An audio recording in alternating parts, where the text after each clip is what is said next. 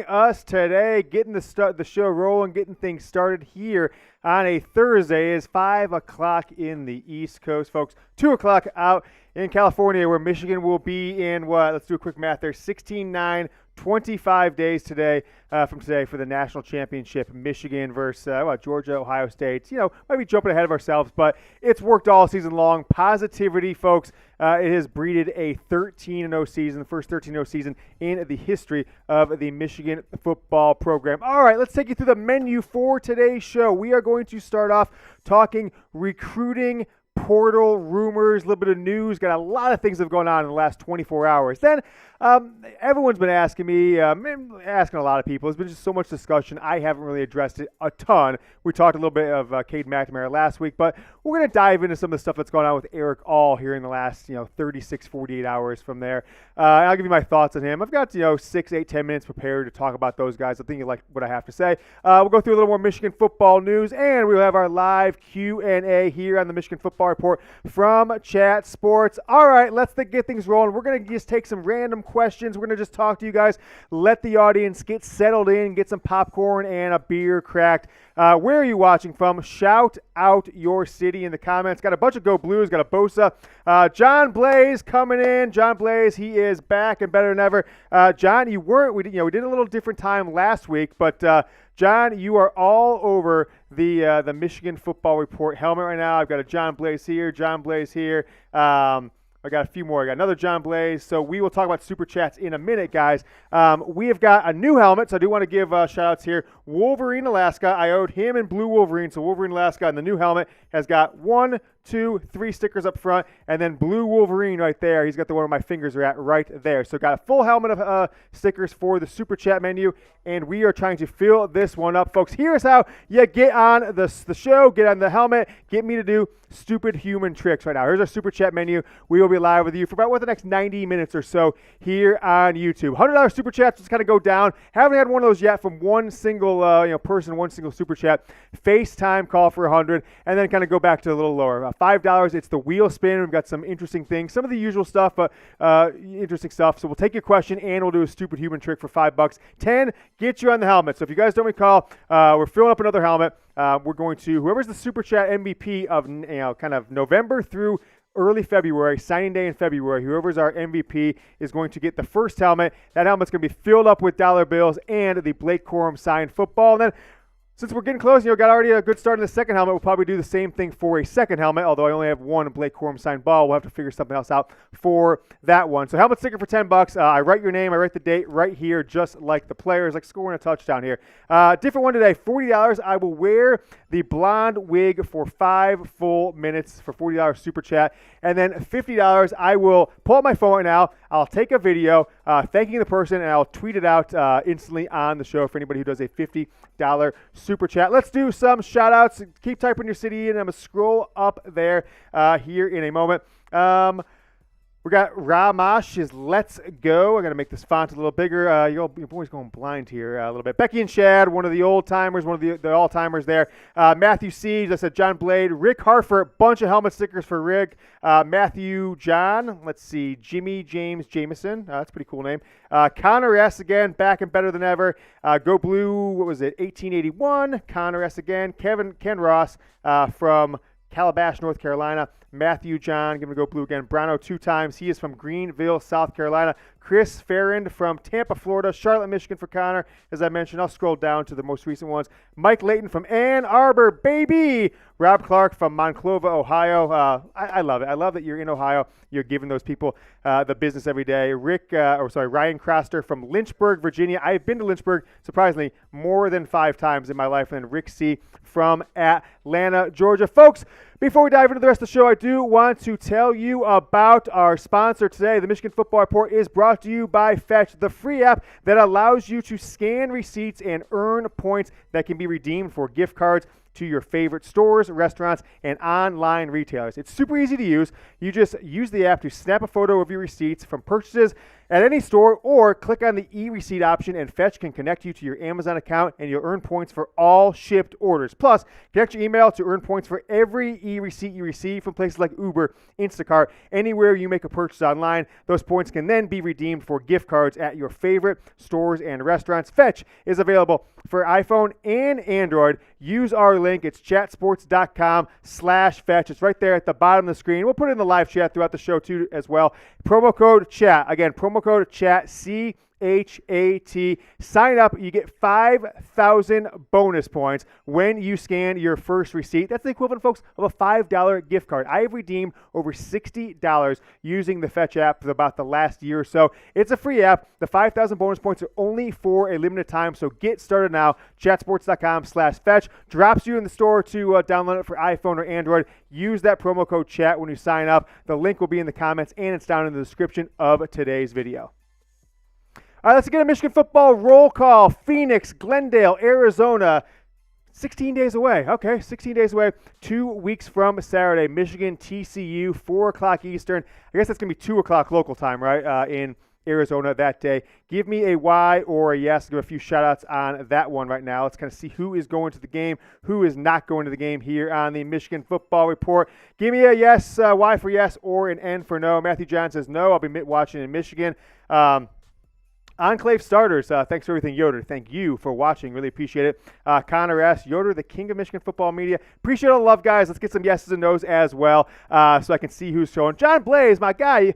John, we're going to have to meet in L.A. for the national championship game. I'm not going to this one. I tried to go. I think with a trip I made last weekend to Florida and going to L.A. in January, I got a lot of things going on. I think that my home life would have suffered, so not going for the semifinal this year. So Bohannon94, my guy, is back in the chat with a Go Blue. What's up, my man? Rick Harford. No, Rick is a multiple-time helmet sticker guy. Rick, I got you on 1, 2, 3 times at least that I'm seeing here on the first helmet, Rick, so really appreciate everything you brought to the show.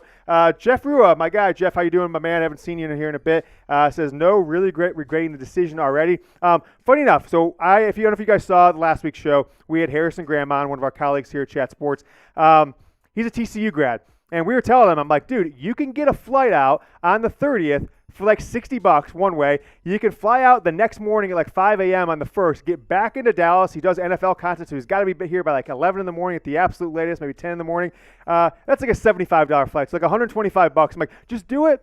What's the worst that can happen? They lose, the TCU doesn't make it, you're out $125. Sure enough, he waited, went to get flights the next day, and it was like $600. I'm not sure if he's going anymore. Lesson learned, kids. Listen to Yoder. I will never steer you wrong. KoyMDD1 says yes, so appreciate that he's going to the game. Enjoy. Connor asks, not able to afford the flight and tickets. It's pretty brutal sometimes. I mean, last year's tickets, they started so high for the Orange Bowl. By game time, though, they were below face value, so I'm not sure if that'll happen this year. I do think there was a sense of Michigan fans that they just didn't think they had, a lot of Michigan fans didn't think they had a chance to win as much as I think most Michigan fans expect to win this year. Funny enough, producer Brett is with me today. We've been to 3 national championship weekends together, and it's pretty funny. Outside of the one in Atlanta, where it was Georgia, 45 an hour minute away from campus, and Alabama, SEC in Atlanta. Other than that one, the other 2, the one here in Dallas, Ohio State versus Oregon, and then the one in San Francisco, Clemson, Alabama, you could get tickets for cheaper than face value at game time for the national championship game. I think it's a kind of a thing where you travel to an Ohio State game, you travel to the Big Ten championship game, you go to the semifinal game. It's not that many people can afford 2, 3, 4 trips, and so a lot of times it ends up being how close is the schools in it to the location. Can people drive? And if that's not the case, end up with a ton of cheap tickets. So mostly knows. You remember San Francisco? Yeah. That was actually the best atmosphere. It was, surprisingly. Clemson, Alabama, they traveled to that one. And that was great, and they split the stadium. It was half orange, half red, house that Harbaugh built. That was a great atmosphere for the first quarter because it was like 2 heavyweights. I think everybody kind of was like, man, this is the clash of the 2 programs in college football right now. And then, by the start of the second quarter, Clemson just started to absolutely wax them. Yeah. So the next, 2.5 quarters was kind of boring from there. James, we got some news. What do we got? We got some news. What do we got? Let's get to it. Right. Mazi Smith. Okay, cool. So Mazi Smith, if you guys have seen this today, his hearing is delayed until after the college football playoff. So first little news item, first thing we're going to talk about here on the show today before we dive into recruiting, as we are now at the 4:10 marks, we'll start to move to the normal show here on the Michigan Football Report. So Mazi Smith was originally pled it down last week, and then he was going to have a hearing for sentencing on the 29th. So a lot of people are saying, like, well, what's he going to do here? Like, he can't be in Washington County on the 29th, playing the 31st. Tweet came out today from David Jesse. I guess he's a reporter, but it looks real. I guess that's Detroit Free Press, and basically saying it's moved from the 29th until January 12th, which is important because the national championship game is on the 9th. There will be no conflict with any of his play with Michigan's run towards a national championship game. So was on the 29th, now into next year on January 12th. Let's take one or two more questions, Brett. Why don't we talk about the holidays really quick and then talk some likes here on the show, and then we'll dive into recruiting and everything there. So, got to wet the beak here. Better holiday. Let's see what you guys think. Let's do a quick straw poll here in the live chat. C for Christmas, N for New Year's, or NYE for New Year's Eve. What's yours, Brett? What do you think, Christmas or New Year's Eve? It's definitely Christmas. Yeah. Yeah, I don't think this one's that close. I think so, too. Let me throw a curveball while they're getting the votes in. A lot of C's coming in. Independence Day, July 4th, or New Year's Eve. I think those are more like in terms of their holiday stature. I think there's a time in your life, probably like 17 to 26, that New Year's Eve probably is better. And then maybe when you get like a long-term boyfriend, girlfriend, and have your first kid, it goes back to Christmas, right? So I think for most people in life, unless you're kind of like junior in high school to like 26, 27, it's probably New Year's Eve. And then anybody else, it probably is Christmas. I haven't done much on New Year's Eve the last few years. Last year I was working for the looks like game. Becky and Chad going New Year's, but Ken, Gary, Iceman, Richard, Conman. I saw that one last week. Conman. Rick he's back. Matthew sees throughout. Hopefully he's using like a secure portal here so they don't track him down. Admitting you're a Conman, right? So a lot of C's, not. Party at Yoder's house New Year's Eve. Look, if you're in the greater Dallas area, I'd be open to entertaining people on for the game. I'm going to come into the office here, do a post-game show in the afternoon. So anybody in the Dallas area, then first, of course, let me know. How many likes we have, Brett, in the show right now? We're at 30. We need 50, though. 30 likes. They're saying to us 50. 50's not that hard. It's just 20 more. We can get it. 50 likes to the show. So if you can, guys, like today's video. Let's get to 50, and then we'll start rolling here with the Michigan Football Report live show. 31 likes was the number I saw a second ago. I have to refresh to see the most recent one. Where are we at now, Brett? Let's take a look. A little refresh. 37. Let's keep it going. I feel like this one's one that's going to pop Blue, to John, Ken, Paul, Connor. It's Thomas. Thomas didn't like it. Thomas didn't like it. Yeah, okay, cool. Thomas So getting close to 50, guys. So give us a like here on the video, please. It is it's 4:12, so we're 2 minutes behind. We're supposed to get to 50 likes before we can go live. Now we're at 52. I saw 52 now, so we're good now. Thank you so much for liking the video. It's going to put this video in the feed of more college football fans, more Michigan football fans, and we'll continue to build up a big audience. All right, guys, make sure you're using hashtag Michigan. If you want one of the questions from the live chat to go on the show, we will do live Q&A, and between segments, we'll also take a question or two as well. Or you can super chat. Every super chat gets shown on the show. $5 and up, you can ask a question, and we will answer it. You saw the super chat menu just a minute ago. So if you want to be part of the Q&A, want me to answer it, the hashtag Michigan anywhere in your live chat goes to producer Brett, and it'll be put in the queue, and we will put it on later on the show. We'll have a live Q&A. So here's one more time. Today's show, we're going to talk right now recruiting and portal rumors. Then I'm going to give you kind of like my monologue on Erick All, Cade McNamara. I think I'm kind of disappointed in how this has shaken out. Love for you guys to hear my thoughts and then give me some of yours in the live chat as well. Then we got more Michigan football news. There's just been so much going on. The last 24 hours has been kind of crazy, kind of wild. And then MFR, Michigan Football Report, the MFers, the name of the show, live Q&A to wrap up today's show. All right, folks, let's get it going. It's the Michigan Football Report. It's getting going right now. I am your host, James Yoder. It is the Michigan Football Report. We are going to talk about recruiting news. We've got some transfer portal updates for you and some speculation on what happens next in and around this Michigan football program. A lot of news that's happened today, so we are going to post this video Thursday night as well on the YouTube channel as like an on-demand video after the live show. So if you're watching this Thursday night, you should watch us with the live show as well. So that is the kind of roundup of what we're going to do. Before we do, though, guys, remember last week we had my colleague here at Chat Sports, Harrison Graham, TCU alum, NFL and college football analyst.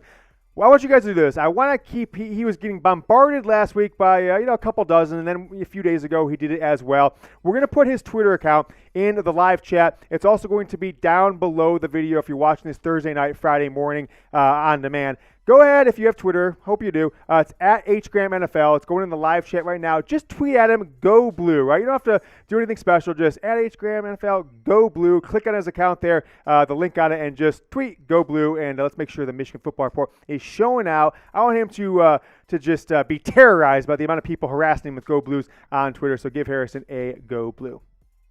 All right, first story today is Ernest Hausmann. We talked about him on a show, I think it was our show Tuesday or Monday of this week. I'll have to go looking back, but it seemed that the tea leaves were trending that this linebacker, mid-level 3-star, not anything that was a super 5-star, an amazing player or anything like that, but had himself a hell of a freshman season at Nebraska with 7 starts. He announced today on Twitter that he is committing, he's in the transfer portal, and he is officially committing to the University of Michigan. Folks, I think this is an absolutely huge pickup. Now, I didn't think linebacker was one of the top positions that Michigan needed to go after. Later on in the show, we're going to talk about some of the different positions here, but I still think Michigan needs to identify running back, cornerback, maybe a backup quarterback as well. But they've got a ready-made starter. Started 7 games last year for Nebraska, 54 tackles, played in 12 games, right? Started in 7 as a true freshman, 3-star, 2 tackle for losses, and 2 tackle for loss, and 1 sack. Now, where did that 1 sack come from?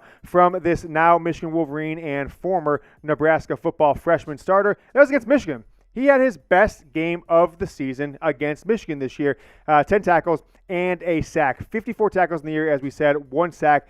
I think this is just a huge addition for Michigan. So what they've added in the 11 days, this is day 11 of the transfer portal, Michigan has added a starter on the offensive line. They have now added what I think is probably a likely starter on the linebacker core. So I do wonder what this means for Michael Barrett. Is he not planning to come back? I think there's some questions that go with anybody Michigan brings in the portal. Very few guys are going to come in and say, well, you have no chance of starting, right? You at least want to give him a chance. So I'm wondering what this means for Michael Barrett. We'll find out as things play out. But that is the news on Ernest Hausmann. How about Trey Pierce, a.k.a. Roderick Pierce? He goes by Trey, 3-star defensive lineman, committed last night. Folks, he was committed to Wisconsin for a while, visited Michigan earlier on in the season, about 4 weeks ago now, mid to late November, visited Michigan for, I believe it was the Illinois game. Had, it had been all kinds of turmoil going around with Wisconsin with their coaching situation, whether Jim Leonhard was going to be kept on, who's going to be the new head coach. And when they hired a new coach, and it wasn't Jim Leonhard, he decided to then decommit and is now committed to Michigan. So what's Michigan getting? A big boy, right? He's not a small guy by anything. 6'3", 290. Prior Wisconsin commit, as you see there, was it number 59 defensive line in the country, number 550 overall. So he's a player. If you think about all the guys that are making an impact on Michigan's team this year, I mean, think about how Rod Moore, Mike Sainristil, those are 2 of Michigan's best players on defense. They're ranked much lower than him at 550, so I don't think it's anything to scoff about by any means there from Roderick Pierce. He is Michigan's most recent commit, and signing day being 6 days away, a much-needed get for Jim Harbaugh. All right, folks, in a moment, we are going to talk about a top 100 running back that's got people coming at him from all angles to commit to the University of Michigan. And I think you're like what you hear in just a moment. But before we get into that, folks, I want to tell you about today's sponsor, and it is the Fetch app. Folks, we are brought to you by Fetch, the free app that allows you to scan your receipts and earn points that can be redeemed for gift cards in your favorite stores, restaurants, and online retailers. It's super easy to use. You use the app to snap a photo of your receipts from purchases from any store, or click the e-receipt option, and Fetch can connect to your Amazon account, and you'll earn points for all shipped orders. Plus, you can connect your email and earn points for every e-receipt you get from Uber, Instacart, any purchase you make online. Those points can then be redeemed for gift cards at your favorite stores. Fetch is available for free on iPhone and Android. Use our link, folks. It's chatsports.com/Fetch. It's in the comments in the description. It's in the live chat if you're watching live. Enter promo code CHAT. That's CHAT. You see it on screen there. Get 5,000 bonus points when you scan your first receipt. That's the equivalent of a $5 gift card. Folks, I've gotten over $60 in Fetch Reward gift cards. Buy myself a couple things off Amazon. Give myself some gifts for people. And it's all free. You just scan your receipts, connect your Amazon account. Free app, 5,000 bonus points only for a limited time. You got to use the promo code CHAT. Go to the iPhone, Android store just by typing in chatsports.com/Fetch into your browser. Go download it. Sign up for an account. Use promo code CHAT. 5,000 bonus points. Start earning bonus points for your receipts, folks. Turn those bonus points into gift cards. All right, talk to you about a potential flip. Jeremiyah Love. Beautiful name. That's an amazing name. I like that a lot. 4-star running back, top 100 player, like number 68, I think, overall in the 24/7 Sports composite. Now, Frederick Moore, been committed to Michigan for a number of months, wide receiver, is a childhood friend of his. They were playing on the same Little League teams. They don't go to the same high school, but childhood friends. He committed to Notre Dame back in October. Now, Michigan didn't really get a ton involved in his recruitment early on because they saw him as a defensive back, and they recruited him as one. So, okay, cool. He wants to play running back. Notre Dame's given him the opportunity to play running back. Michigan wasn't, so Michigan doesn't become a part of his plans. But as of late, as of the past several weeks, Frederick Moore, Jim Harbaugh, Michigan's entire recruiting staff and assistant coaches, they've been starting to put the pressure on him that with Diamond Edwards likely having only one more year at Michigan, the Wolverines have a big opportunity for a player of this 2023 class to come in, get reps next year as true freshmen, along with fellow, 2023 Michigan commit Cole Cabana. Both those guys can kind of go at it, see who wins that backup job potentially by the end of the year or is the man in the 2023 season. I think what Michigan missed out in last year is they took a few flyers on running backs in the 2022 class, didn't really get a true next guy. You had Hassan Haskins, you had Blake Corum, Diamond Edwards. You've got 2 or 3 running backs the last few seasons, and next year you still have Diamond Edwards and maybe Blake Corum, and that's the pitch to him right now. So nothing imminent, and I'm not putting a prediction here or anything, but this name has continued to come up, and there's a potential that Michigan might land themselves a top 100 running back, and he'd be Michigan's highest rated recruit by a big margin. So keep an eye on for this one. If he commits, we'll have a video and analyze his film and everything just a little bit more, but keep an eye out for this one. I think it's the biggest, one of the biggest storylines for the next 6 days into signing day. All right, folks, if you haven't yet, make sure you hit that subscribe button. We are approaching 25,000 subscribers, the most watched Michigan football program on any platform, radio, TV, podcast, and, of course, YouTube. And it's all because of you guys, so really appreciate everything you have done. Subscribe today. It's youtube.com/Michigan TV. And, hey, tell a friend. Send them a link. Say subscribe to the Michigan Football Report. All right, guys, let's take a look at where the Big Ten recruiting rankings are shaking out. It's Ohio State number 1, Penn State number 2, Michigan is number 3, Iowa, and then Northwestern. You see on the right side, that's the Big Ten rank, the national rank for where Michigan stands. It's on pace right now to be Jim Harbaugh's worst, or up there with the 2018 class that turned out to be pretty good, right? Hassan Haskins and some other guys in there. Number 20 class as of right now. And unless something changes drastically, I don't see Michigan. I think the best they can get is like 19 or 18, even if they get 2 or 3 guys down the stretch. And that's going into the next week's signing day. There's still Nicholas Harbaugh out there, 5-star, top 10 player overall. That's not going to commit anywhere until January or February. You had him. You had 1 or 2 players in January, February. Maybe you can get in the top 15. But for this December recruiting class, I think Michigan's best potential is to get 1 or 2 spots up. All right, Coastal Carolina superstar Josaiah Stewart. This guy is a freak of nature, and he is a player that I think a lot of folks, when we heard about the transfer portal starting to become a thing and then became a real thing going into last season where you can just transfer anywhere, a lot of people said, well, what's going to happen when one of these group of 5 schools has an awesome player as a sophomore, as a freshman, as maybe a junior? He's just going to transfer to Alabama or Michigan or Ohio State. That's what's going on here. He is an absolute freak defensive end. A couple days ago, December 12th, 3 days ago, so on Monday, he tweeted out his top 3. You guys you're going to be blown away by his stats. I'm going to show you in a second. So LSU, Michigan, and USC. Okay, great, cool. So that's his top 3. But that isn't where he stopped, folks. Then last night, he tweeted this out. Basically, it's the peace sign, which is for, at first I read it, I'm like, what's he saying, peace out Michigan? That's the way I read it initially, and then people in the comments like, USC throws up the 2 for victors, whatever it is, victory on, and then the Michigan emoji. So the word now in the last, 24, 22 hours is now Josiah Stewart is down to USC and Michigan. Take a look at these stats, right? 2-year stats for the Coastal Carolina superstar. 79 tackles, 16 sacks, and 12 or so of those, 12 and a half of those were as a true freshman. Didn't have nearly as many as a sophomore. 25 and a half tackles for losses and 4 forced fumbles in 2 seasons. Folks, that is preposterous. It's a Michigan-USC battle right now, and I think if Michigan gets him, holy cow, will they have a hell of a player on the outside next year. I mean, his game reminds me of like a mix of David Ojabo and Yabioki. I mean, he's just lightning fast off the ends and off the edge. And what maybe is most impressive is not just against scrub teams. He has had some great games against the best opponents, the best games that Coastal Carolina's playing him. Go into YouTube. After you're done with today's show, don't stop now, but remember that name, Josiah Stewart. Type him into YouTube, type him into Twitter. Check out his highlights because if Michigan gets him, folks, amazing. It's going to be a hell of a year for him next year. You have Derek Moore, or Yabioki, hell, maybe even Mike Morris. Josiah Stewart might be the best defensive line in the country. All right, folks, who is your favorite Michigan football player right now? Right now. Let's take anybody not playing on the team because of not playing in the upcoming games out of the equation. So don't say Blake Corum.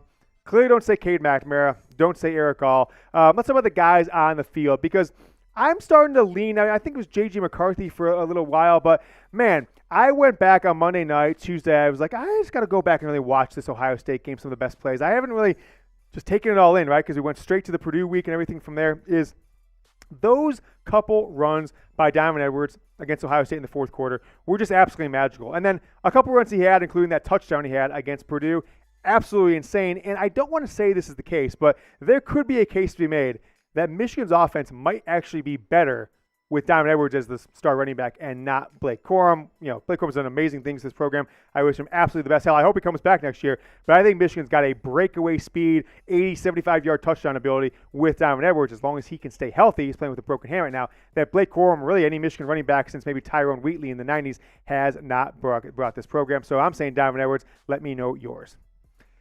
Mazi Smith hearing delayed until after the college football playoff. If you haven't seen this one yet today, it was a really interesting thing because you think that Mazi Smith would have a lawyer who would understand the potential schedule he had. His last week, his felony was pled down to a misdemeanor and then sentencing for December 29th. Now that sentencing has been moved back, so it will not interfere in any ways with Michigan's semifinal game or potentially the national championship game. You saw the tweet here from David Jesse from the Detroit Free Press. According to court records, et cetera, Mazi Smith's sentencing for a misdemeanor, no longer a felony, if you guys missed that last week, will be on January 12th, 3 days after the college football playoff final. So no chance that Mazi Smith's going to miss the game, like a semifinal against TCU, of course, or they didn't schedule it like a day or two before or after the CFP National Championship game, which is on a Monday, January 9th, out in Los Angeles, folks. So big-time news there on Mazi Smith front, and interesting to see what happens. I don't think he's going to come back, but potentially there's an opportunity for him if he wants, still does have eligibility. All right, one more request. Harrison Graham, H. Graham NFL. Tweet him. Click the link that's in the description, or we'll put it in the live chat here in a moment as well. Harrison Graham, TCU grad, one of my coworkers. Go tweet at him. Just give him a go blue. Make sure he is feeling the Michigan Football Report love. Let's get some shout-outs here in the show. I'm going to go back to the live chat. By the way, while we're in there, John Blaze Wolverine came in with a super chat. John, I saw it come in, but we were kind of recording a segment that we're going to put out later on the show tonight, so didn't want to, give a bang. So, John, I owe you another spot on the helmet, my man. And we've got to go to the super chat menu. Let's read what he says. He says, will Michigan's offense be explosive next year on the ground and in the air?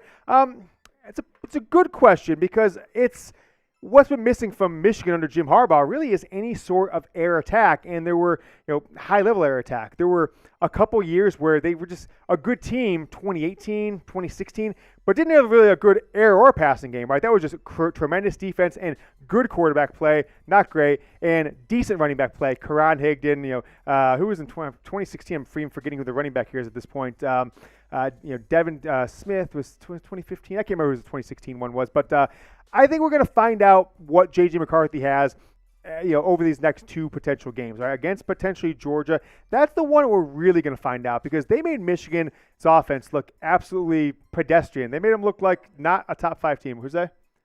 Not in 2016, was he? Chris Evans? Chris Evans made 16, yeah.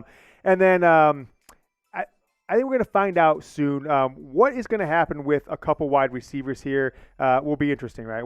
Is Roman Wilson? He has the opportunity to go pro. I don't know if he will. I don't think he potentially should. We saw Cornelius Johnson, right? He's had a hell of a last couple games break out there. Interesting to see what comes out of Colston Loveland, too. So what I am maybe most optimistic for is go back. We put this on the show about 3 or 4 weeks ago, but go look at the stats for yourself. Look at Andrew Luck's career at Stanford, right? He redshirted as a freshman, and then his second year, redshirt freshman, but same year as J.J. McCarthy, he had like 13 touchdown passes and 2,000, 2,200, 2,500 yards, something like that, near what J.J. McCarthy had leading into the Ohio State game. Now McCarthy knows 20 touchdowns, back-to-back 3-touchdown games, but he had a massive spike, right? 1,500 more yards, like 3,600 yards passing as a junior, 35 touchdowns, as redshirt sophomore, and then he stuck around for another year and even more stats when Jim Harbaugh went on to the NFL. First year with David Shaw, that was the 2012 season. I think we could potentially see in 2010 at Stanford, 2009 at Stanford, I should say, they had the best running back in the country, Toby Gerhart, right? He was taking all the touchdowns from Luck, etc. We've got there with Blake Corum this year with Michigan, right? 18, 20 touchdowns, 19 touchdowns. Could J.J. McCarthy see that massive spike to be a Heisman? Luck was a Heisman runner-up in his third year and his fourth year at Stanford. I'm optimistic. Really want to see what we get out of Colson Loveland over these next couple games as well. It was Davion Super Smith. Chat menu. What's there? It's Davion Smith. Davion Smith. Yeah, okay. Davion Smith. I was kind of remember the, one of those guys. He made an impact, but not that great of an impact. So $20 from John. Yeah, so fill me in, since it's usually Jack as producer. Two helmet stickers. So two helmet stickers for John Blaze. Do I get to do this at all? Or we can if you want. So why don't we just do it for fun? I've just been one to spin the wheel. All right, Brett wants to spin the wheel, so we'll do one wheel spin while I'm writing these down, guys. We're going to get in some more Michigan football recruiting news and rumors in a moment. Before we do, Brett, tell people what's on it, though. Oh, you got to tell people what's on it. It's all right. That's the easy one. People want to see the fun stuff. I'm going to do John Blaze 2 stickers. All right, he's going to do the stickers. Here's what's on the wheel today. The blue one, which is what it just landed on, 5 squats. Yoder has it worked out in years at this point. Yeah. Odd or even. Mm-hmm. That's going to be a poll, which, by the way, you didn't put a poll in today. Wow. Thanks, half Jack. a beer. Tell them what odd or even is, though. Okay, so odd or even is we'll put a poll up, and Yoder has to I've got to guess what the audience guesses, right? What you guys will pick as the poll, which the poll question being odd or even. Mm-hmm. And if he picks wrong, he's got a drink. I got to take a shot, right? We brought in and if he picks right, then I have to take a shot. Yep, that is it. Right. We brought in a bottle of Fireball. One of us is going to take a shot if we get odd or even. What are the other ones? Green one, half a beer. Ask Me Anything is the red one. 5 push-ups is the blue one. Other yellow one is you got to sing Hail to the Victors, which, does Yoder know that? Are you kidding me? I knew it before I could speak. Hey, as the only, never mind. Wig, 5 minutes. Yep. Although that can also be done with $40. Yep. And then his best dad joke. Yep. All right. So you got 5 squats, by the way. Okay. What came through. Okay. I messed up John's. I smeared the date, so I'm going to do that. But while we're doing that, while you're doing 5 squats, yep. I want to know who you guys are rooting for in the Georgia versus Ohio State game. Woo. Woo. I mean, Georgia kind of, went to Pound Town last year. So Ohio State, 2 in a row. It's hard to beat a team twice in a season. Who do you want to play if you beat TCU, basically? Georgia or Ohio State? Bohannon, Georgia. Barron, Georgia. John, Georgia. Okay, never mind. It's just Georgia. Nobody's ever rooting for Ohio State. That's 5. That's 6. I'm 7. I'm doing 8. I'm going above and beyond. As I step on my course. You might have to do a push-up until somebody puts Ohio State in there. No. So here's the deal. Is I think my opinion right now is that Michigan's best chance to win a national championship is to play Ohio State. Okay. Yeah, but Matthew is right. You can't root for Ohio State, and that's what the question is. Sure. But here's the other thing is that I would rather, if you give me the option right now and it says, I don't know how to word this, but I don't even want to face Ohio State, not because I don't think they would win, because I think they would. I'd rather take my chances against Georgia than the chance that Ohio State beats Michigan for the national championship game. Because in my opinion, that hurts 10 times worse. I would rather lose to Georgia 66-0, if that were the options, than lose to Ohio State 27-24 in a last-minute field goal. That would hurt 1,000 times worse. It would almost be horrible. Another way, it might eliminate the last 2 wins. Right? It might almost eliminate them because they would have the ultimate trump card for all time. Right? All time. We beat you in the national championship game. That's insane. So John Blaze, I've got 2 bad boys. These on the helmet right there. You're up front. John Blaze 1. John Blaze 2, you are on the helmet. I really appreciate that $20 super chat, John. You are the man. All right. Real quick, Yoder. Yep. As lead sponsor guru person here, I have to talk to you and your audience a little bit. Okay. All right. So, we talked about Fetch. Yep. Great sponsor. We really appreciate them. We really appreciate everybody supporting them. but this? You're trailing. You're trailing to an Ohio channel. Is this the whole company? This is the Fetch downloads leaderboard right now. Chatsports.com/Fetch, of course. The Browns report. Winning. How? Well, okay. So PD just going nuts.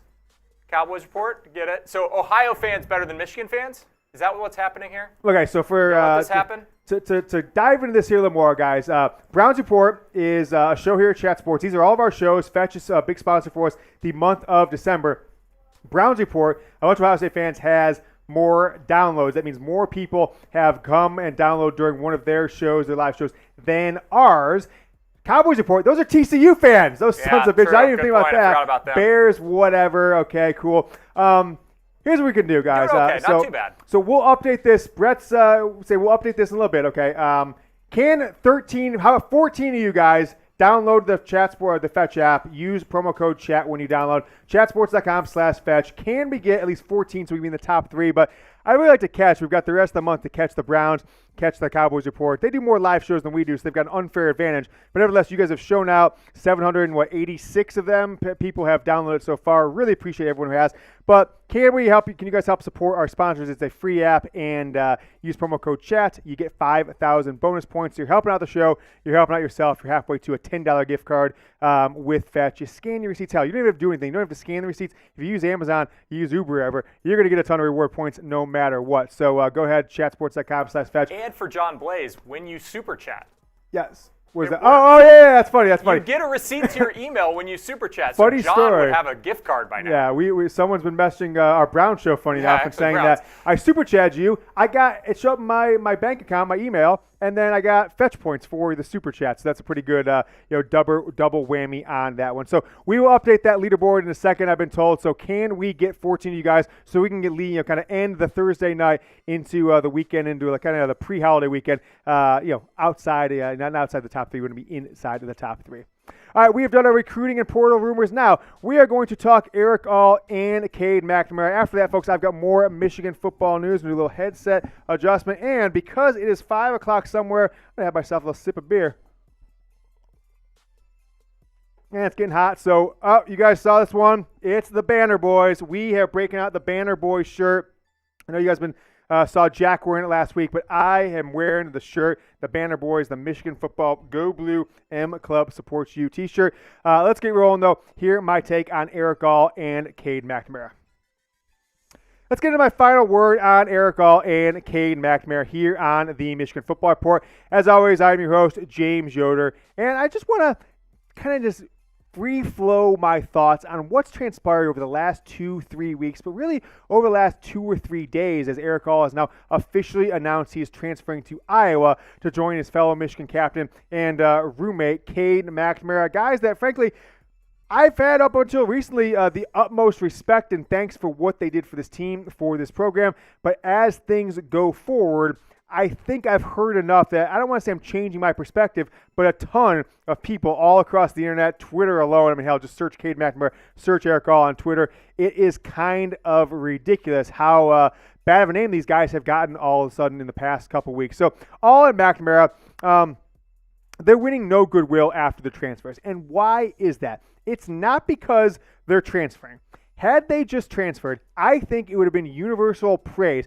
Cade McNamara broke the streak against Ohio State, won a Big Ten championship. Erick All, single-handedly one of the top 5 plays of maybe the last 5-6 years, right? Catching that pass across the middle from Cade McNamara, rumbling down the sideline with under 3 minutes left to beat Penn State on the road, keep the dream alive to win the Big Ten championship, keep the dream alive to go to the college football playoff for the first time in the 2021 season. But now these guys are leaving, and we're going to kind of dive into all the things that have been happening. But before we do, I want to ask you guys, give me your one-word reaction. Give me a one word to describe, I should say, the Erick All and Cade McNamara transfer drama. And if you're not following the transfer drama, I'd say good on you, because I'm not sure if it's if it's something that's it's kind of polluting your brain on social media. But leave me a one-word reaction. I've seen a sad here in the live chat. I can't root for OSU. Of course we can't. I said a bye from Rob. But if you're watching this later, we're going to put this up over the weekend on demand as well. Go down in the comments. Give me your one word to describe the Erick All, Cade McNamara drama. Toxic, I see here in the live chat. Disappointing, understandable. Bums are a bunch of ones from the live chat. Get down in the comments as well. Let's tell the story about Erick All's transfer. What's transpired over the last day or so. So I want to pull this photo up on my end. This is Donovan All. This is Erick's younger brother from what I could tell by kind of Googling him yesterday. He says, Loveland can even eat, I think he meant can't, right? Can't even eat out of my brother's toilet. I don't know what FYTB means. I'm not sure what that means. That's an acronym I'm not familiar with. Scooney, Luke Schoonmaker, is the closest tight end at Michigan to even come in competition with my brother. Laughing face. I'll give Schoon credit because he is actually legit. But Loveland, this man can't block to save his life. Okay. I mean, I think it's kind of unnecessary. That's from Donovan All, at Donovan_All5, Erick's brother. The tweet has now been deleted, but of course, everything lasts forever on the internet. Now, this tweet has not been deleted. This is from Erick All Sr. It's at Erick_All_Senior, right? This is from yesterday morning. He responds. So Erick All tweets out a picture of him in an Iowa uniform. Next chapter, going to Iowa. Okay, cool. There was quite a few negative comments on that, right? And so I think in a situation like this for the All family, they should have just said, we're off the internet for the week, right? There was some asshole Michigan fans. No doubt about it. I don't think I would have maybe reacted any differently. I don't know if I was a parent, but I might have just said, I'm just going to sit this one out for the betterment of my son. It's not my battle to fight, etc.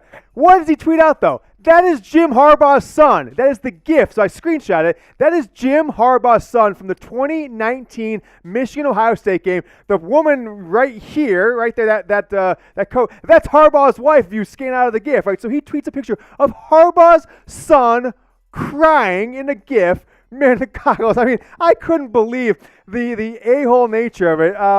But I understand parents. I understand fathers defending their son.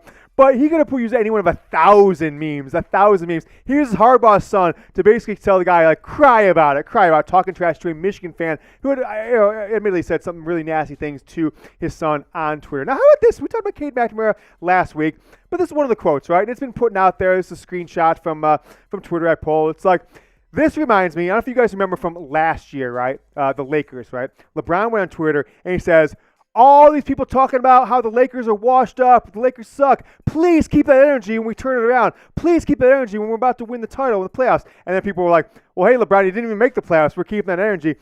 Cade McNamara is doing the same thing here, right? He's like, please keep saying that Iowa is the shittiest offense in college football. Please just think we're going to be shitty next year. Please. Okay, well, this might be one of the all-time hot, what's the old takes exposed, freezing cold takes of all time when Iowa scores like 3 or 7 points in a game early on next year with Cade McNamara, because he went on The Room, a podcast with a couple ex-college football quarterbacks last week, and he wasn't trashing Michigan as much as the hosts were trashing Michigan. He wasn't disagreeing with them in any shape or form. And then it was like Kyle Allen, former NFL quarterback, former Texas A&M quarterback as well, they were like, well, Cade, you said a couple things about the offense.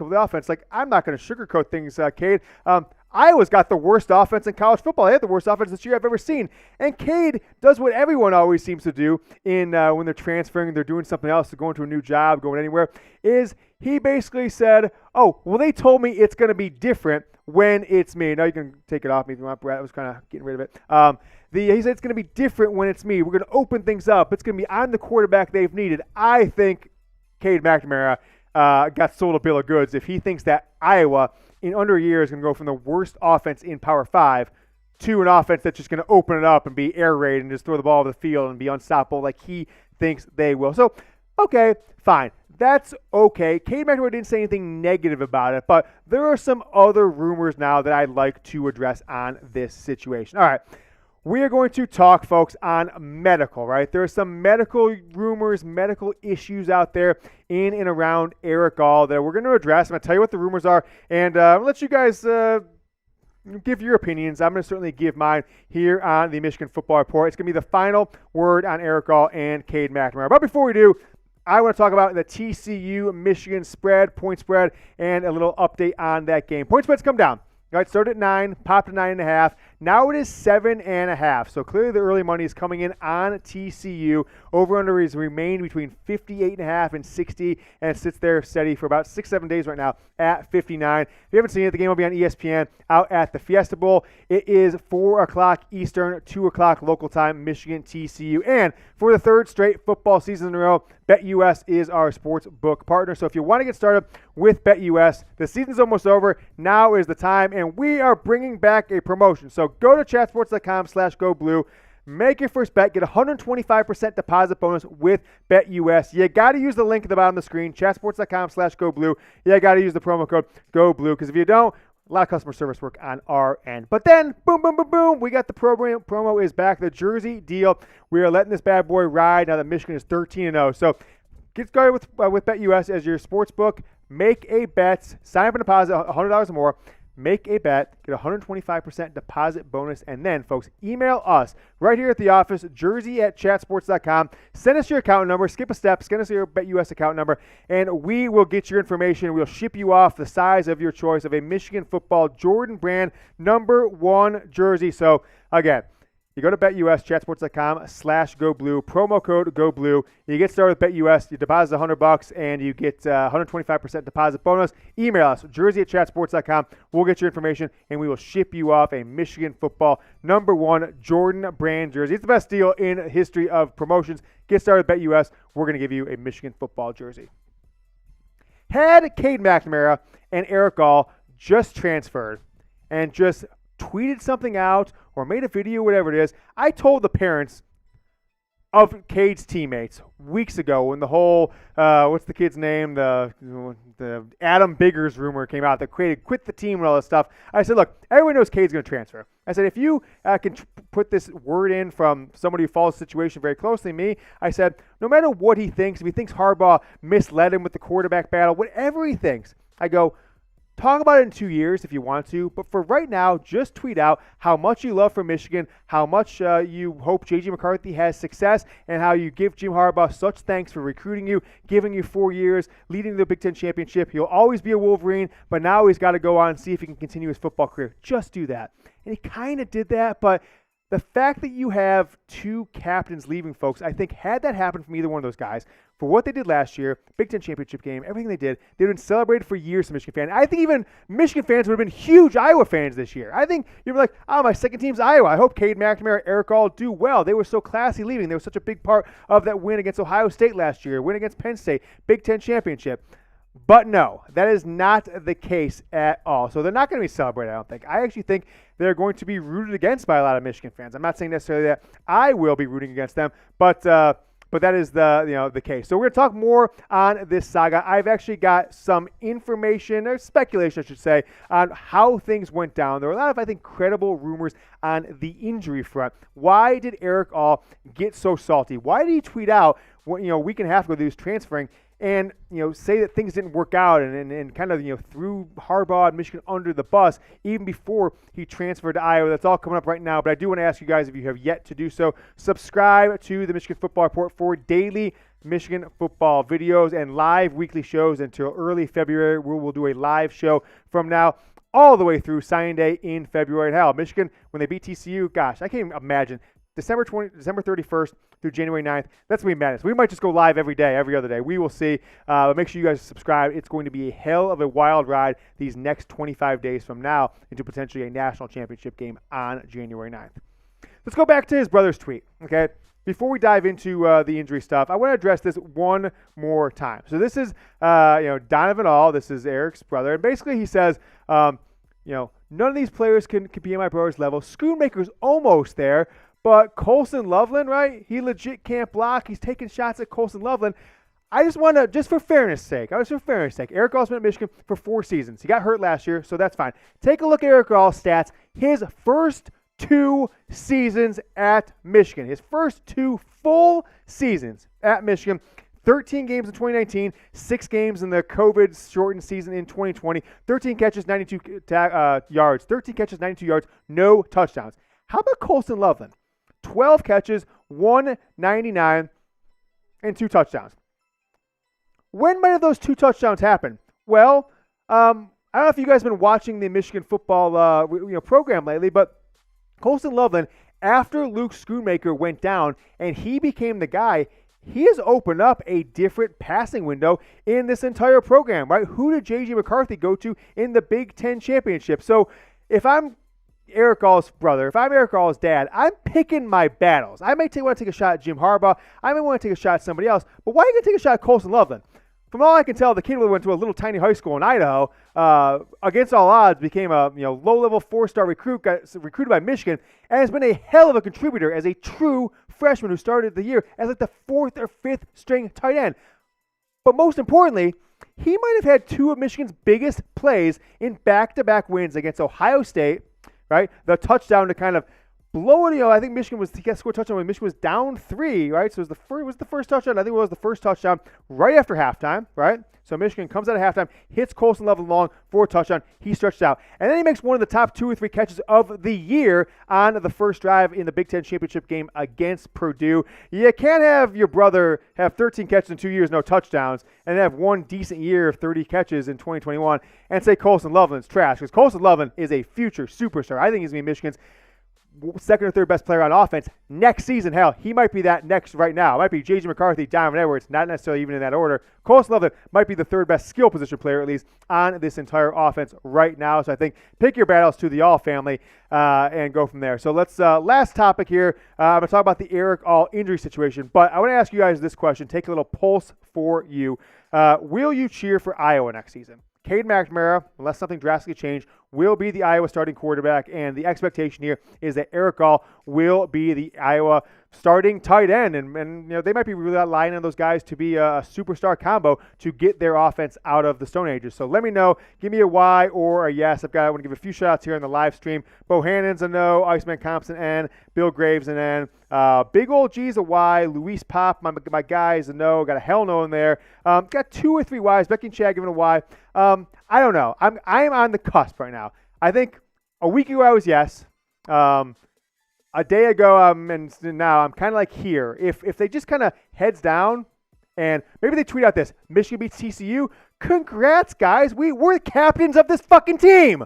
They're captains of the team. Congrats to my teammates. They just won the game. Then I'll be like, yes. But if I hear any of the negative stuff going forward, I'll go to no. Now I'm right on the cusp. A lot of no's, though, in the live chat. Let me know down in the comments. All right, how about the Erick All injury saga? So from what I can, investigative work, diving in, kind of reading between the lines and connecting a few dots here. We all know Erick All, injured in the 3rd game of the season, never returned, ultimately needed back surgery, right? The rumors, though, is that the Michigan medical staff did not recommend any surgery for Erick All. They thought that he could get healthy and potentially be back even this season without getting any surgery. But the rumors are out there is that they sought medical opinion outside of the Michigan football program. That's fine. That's okay. But from what we're hearing, again, these are unconfirmed rumors. I do want to say that. But I think I've heard from enough credible people that, like, putting the words together is that All's family thought that the best way to get rid of his back injury and go forward is to get surgery, be back for spring football, whether it be at Michigan or someone else. Now, what happened there in the field is Luke Schoonmaker started having a hell of a year. He got hurt. Colston Loveland started having a hell of a couple games, and Erick All didn't really see a future. He might come back as a 5th-year player and be the 2nd or 3rd stringer. Okay, that's fine. So, but the questions remain in the treatment he received. What I have heard, and this is maybe the least credible of the rumors that are out there, is that Michigan's medical people did not approve of the doctors or the type of medical treatment that he got, a back surgery that he got a few weeks back. So those are the rumors out there. But when you think about it, if they are that salty that, hey, Michigan wouldn't let him get surgery, when he got the surgery, they told him, we don't trust these doctors. We're not going to clear you medically. That's like the last one, is that they weren't going to clear him medically, wanted to get the surgery. They're super salty. I had major back issues. They were joking about it at the office a couple weeks ago. Like, where's James? Oh, I assume you were stretching your back. I'm like, hey, it's been kind of good for the last year and a half. But for a 4.5, 5-year stretch, from like 2016 to 2020, I think I solved it during Corona just by not having a ton of stuff to do. I just actually did all the stretches and everything like that. I went over like a 2 or 3 year period of 16, 17, 18 to 4 different doctors. They all told me 4 absolutely different things. Right? One guy's like, James, you're young enough. Just wait it out. Your body can't have trauma like this for more than 5 or 6 years. So if you can just, wait it out 5 or 6 years, it's just going to go away. Your body's just nerve endings are just going to die. They're going to numb themselves. You just won't have back pain anymore. Okay, interesting. One guy said, you should do this minimally invasive surgery. Another guy said, you should replace your disc. I actually think that one of the doctors was like a colleague of Dr. Death. You've seen this documentary, the Dallas doctor that was basically just chopping people up in surgery. So 4 different things they told me to do. 2 said surgery. 2 said no way get surgery. It's the worst thing you can do. And I'm surprised that the All family can't, just remove themselves from the situation and say, why in the hell would the Michigan medical community give us bad advice, say anything about this? So if these rumors are true, I think you got to understand science and medicine, it's not a guarantee. It's not an absolute. Doctors have different diagnoses for everything. And I think there's some saltiness about what his ultimate treatment was versus, what Michigan's medical people, trainers, doctors in and around the school, or who they recommended him go see, what they thought was the best medical procedure going forward, and maybe what he ultimately got done wasn't what they would have recommended, didn't feel comfortable ever putting him on the football field again. So I'll ask you guys this question to wrap up this. I've given enough points, and I just, didn't really have a ton of scripted points there, just a few bullets of, what my things were, so I might have been rambling there, but nevertheless, I would ask you guys this question to wrap up this portion of the show. Should Michigan invite Erick All and Cade McNamara back for team reunion? So if you guys, I'm sure this does not surprise anybody, but in 2026, 2031, 2036, right? 5, 10, 15, 20, 25 years, you'll be at a Michigan football game in 2036 and say, please direct your attention to the north end zone where we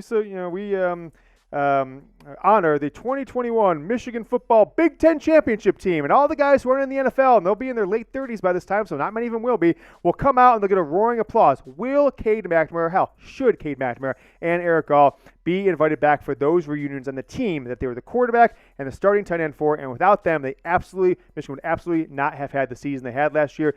Let me know what you guys think. Just kind of give me a yes or no and what your thoughts are down in the comments. All right, let's talk some talk. We got a super chat from Rick Harford, my guy. All right, Rick, he says Yoder for GM of the Michigan Wolverines football program. Look, Brett, you weren't here last week for this portion of the show, but I did say Michigan needed a GM, right? Oversee general manager, kind of oversee player personnel, make sure he's got a go-to for scouting, for transfer portal, for recruiting. I said I think someone who's a diehard Michigan fan, knows this program in and out, has managed people himself, built a multi-million-dollar business, all those kind of things. Who better could do it? I didn't know who that candidate would be, but people said, James, what about you? You could stay there. I didn't know what the insinuations were, but apparently Rick and others thought I was talking about myself. Not sure that I would. Folks, we have a news alert. Rick, thank you for the super chat. Alan Bowman is in the transfer portal. What are we doing here? He is going to be a 7th-year guy now? He's got 2 degrees. Okay. I mean, congrats to him. He's never going to get any playing time at Michigan. But Michigan's 4th-string quarterback this year, 5th if you count Cade McNamara. Alex Orji was getting the all the love. Al Bowman's in the transfer portal. Apparently, he's graduated at Michigan now. 2 years there. Okay, makes some sense. He's got, is it going to be a graduate degree, or did he get maybe another bachelor's? I'm not sure. It has to be a graduate degree, right, in 2 years? Depends on, had he graduated from Texas Tech? Yeah, he came to Michigan. So I can remember he was 5 or 6 year guy. He might only be 5. If he can play one more year, cool for him. But it kind of feels like it's time to just hang it up. I listened. He actually had a podcast. It only lasted like 7 episodes last year with another Michigan football quarterback who transferred. I can't remember the kid's name. He's the New Jersey, New York, Long Island one. But he said he transferred to Michigan for the educational purposes and being part of a big program. He had no expectations of playing. So maybe he's got his degree here at Michigan, and now he's going to go see if he can find a place to play one more time. I mean, it would be pretty cool for him to go to a Eastern Michigan, Toledo. I mean, I don't think Power 5 is in his future. I don't think it should be if he wants to play. But hell, if he wants to drop down a level and have another shot at it, he wasn't getting any playing time as a backup, as a starter, of course, next year with Michigan. So best of luck to Alan Bowman, Texas Tech legend. Michigan football podcaster and be a backup quarterback for 2 years as well. Best of luck to him in his future endeavors. Some more supers. John Blaze. I'm going to say shots. Go Blue. Bosa Wolverine. We won. All right, we got producer Sam in the building. Sam's in here for some reason. Do some shots. All right, Sam's going to do one. Okay, cool. Sam is going to. I'm gonna spin the thing because it's just fun. Okay, so what do you think we're gonna get this time? We got 2 John Blaze going to be on there twice. Okay, John, thank you so much for the supers. What do we got? 5 push-ups. It's just an exercise day. Okay, so exercise day. Someone's calling me. Yep. Can't take that right now. Producer Sam leading up the Chat Sports shows on Amazon joins me. Keep getting those hashtag Michigans in. We will get to your live Q&A here in just a minute. Which we bring you on screen. To get to. Push Sam and I on screen for a second. What, wig? Got to wear the wig. Okay, so we're going to wear the wig here in a second. Let me Sam and I do a shot here. John wanted a shot for $25, so push us full screen if you can, Brett. Yep. And then go back to John here in a moment. It's producer Sam just coming in asking if we know where HDMI cord is, and so I guess he just called in a shot. Cheers, Sam. Thank you for your support. Sam always has worked in the Michigan Football Report in the background, so appreciate him. All right, I'm going to keep this one. You take that one with you. Well, take this one with you, Sam. Bring it back for Brett or give it to Brett because he might have to do one when we play a game later. Okay, guys, I've got to put the wig on, so we're going to take 5 minutes of questions here. How about that? And you got to do 5 push-ups. 5 push-ups, okay. I'm going to do the push-ups first. Okay. I'll put the wig on after the push-ups. Okay, fine. You do the push-ups. I'm going to get to Mike's super chat here, too. We don't have the push-up cam set up. I know. It's kind of really Sam quick. Is still here. I don't know what he wants. Really quick, while I'm doing this, I want don't talk about yourself. I want to grade my push-ups from you guys, okay? Sam's going to grade the push-ups. We got Wig, and we got Mike up next. A round of drinks on me next time. You are in Ann Arbor for the chat crew and you. Thanks, Mike. 2, 1. All right. How'd he do? I couldn't see him. He's going 10. Oh, he's doing 10. Hey, I'll tell you what. I don't do the minimum, Sam. Those were very efficient push-ups. All right, down, up, give Brett a grade for the mic. Here, you can get me here. Listen, that was. I'll give him a strong, honestly, like an A-. B+, A-. Chest didn't touch ground, but those were very efficient push-ups. Like I said, it's down, up, down, up, down, up. Good stuff overall by Yoder. All right. Okay, so you also owe a bunch of helmet stickers. We'll probably have to get those later at this point. But Mike got one. John, 2 more. 2 to Rick as well. And then we just got another $5 super chat from our boy Monster Triple X. All right, Monster Triple X, my guy. Triple X. All right, guys, we're going to leave this on. So, by the way, 5-minute timer. I'm going to put it on for the wig. Okay, yep, cool. We got that. And then I also did just spin it again for Mike's. All right, 5-minute timer there. Okay, go ahead. The dad joke. All right, I got to pull it up. I've got one right here. Okay, do Monster's question first. Okay, so do you think J.J. McCarthy needs to gain some muscle? If so, do you think that will affect his ability as a quarterback? Good question. I don't know I wish I knew the answer because J.J. certainly is not a ripped guy by any means, right? And will affect his ability to throw. I don't think we're going to see it no matter which side we go to. I don't think we're going to see it as his time in Michigan because if he has a good season next year, he'll go pro, right? He has the physical tools and I think just like the name recognition that he's going to be a guy that everyone's going to start projecting as a first-round draft pick, I think, next year after next season. Now, selfishly, I hope he sticks around for the 2024 season, but he missed spring practice this spring. He missed all summer with his wide receiver. So what he's going to do this spring, this summer, is probably not spend a ton of time in the weight room getting huge or anything like that. So I don't think we're going to find out. He probably could use it because the game he plays, I've been scared S-less 5 to 6 times in just the last 3 games, maybe. It's like, whoa, $50 to Wolverine, Alaska, my guy. Let me finish this one, and then we'll get to Wolverine. My guy, appreciate it. He's in Alaska. Tell us how the temperature there, Wolverine, as we'll read your question here in a second. Really appreciate you.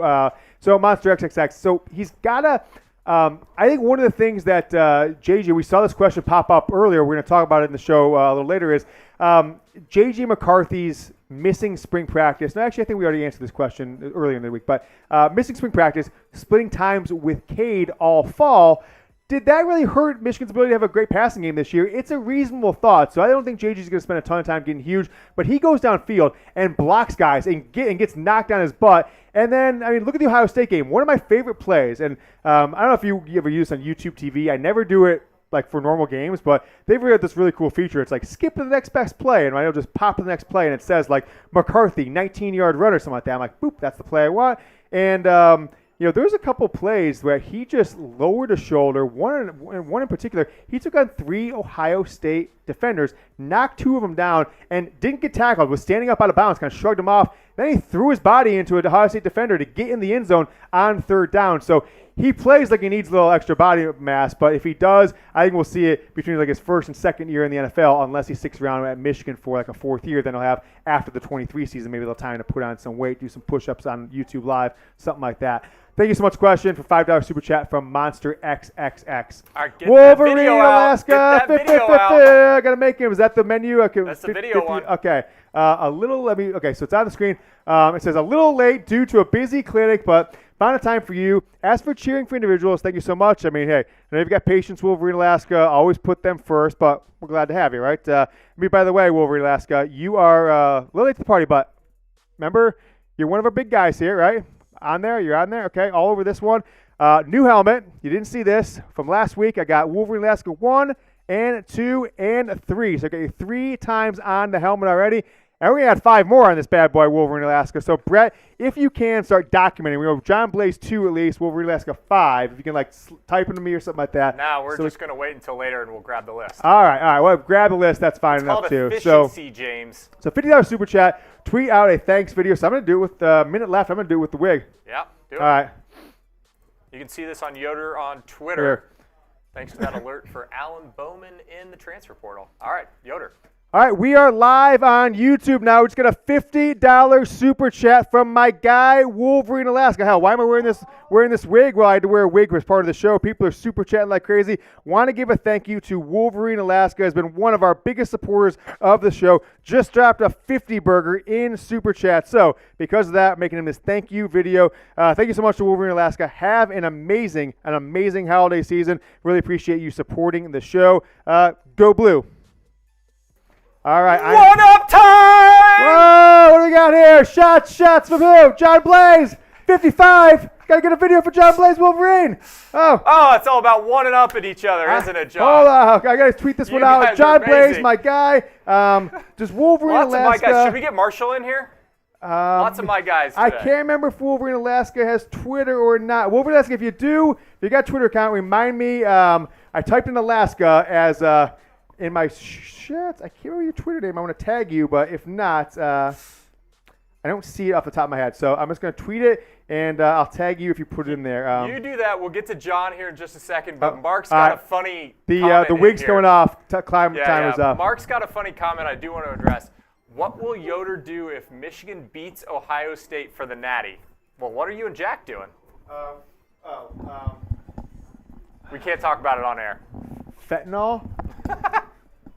Actually, that's probably not that funny. Yeah, that's probably canceled. What's one less? But people do it. They just OD on it. I just won't OD on it. Yeah.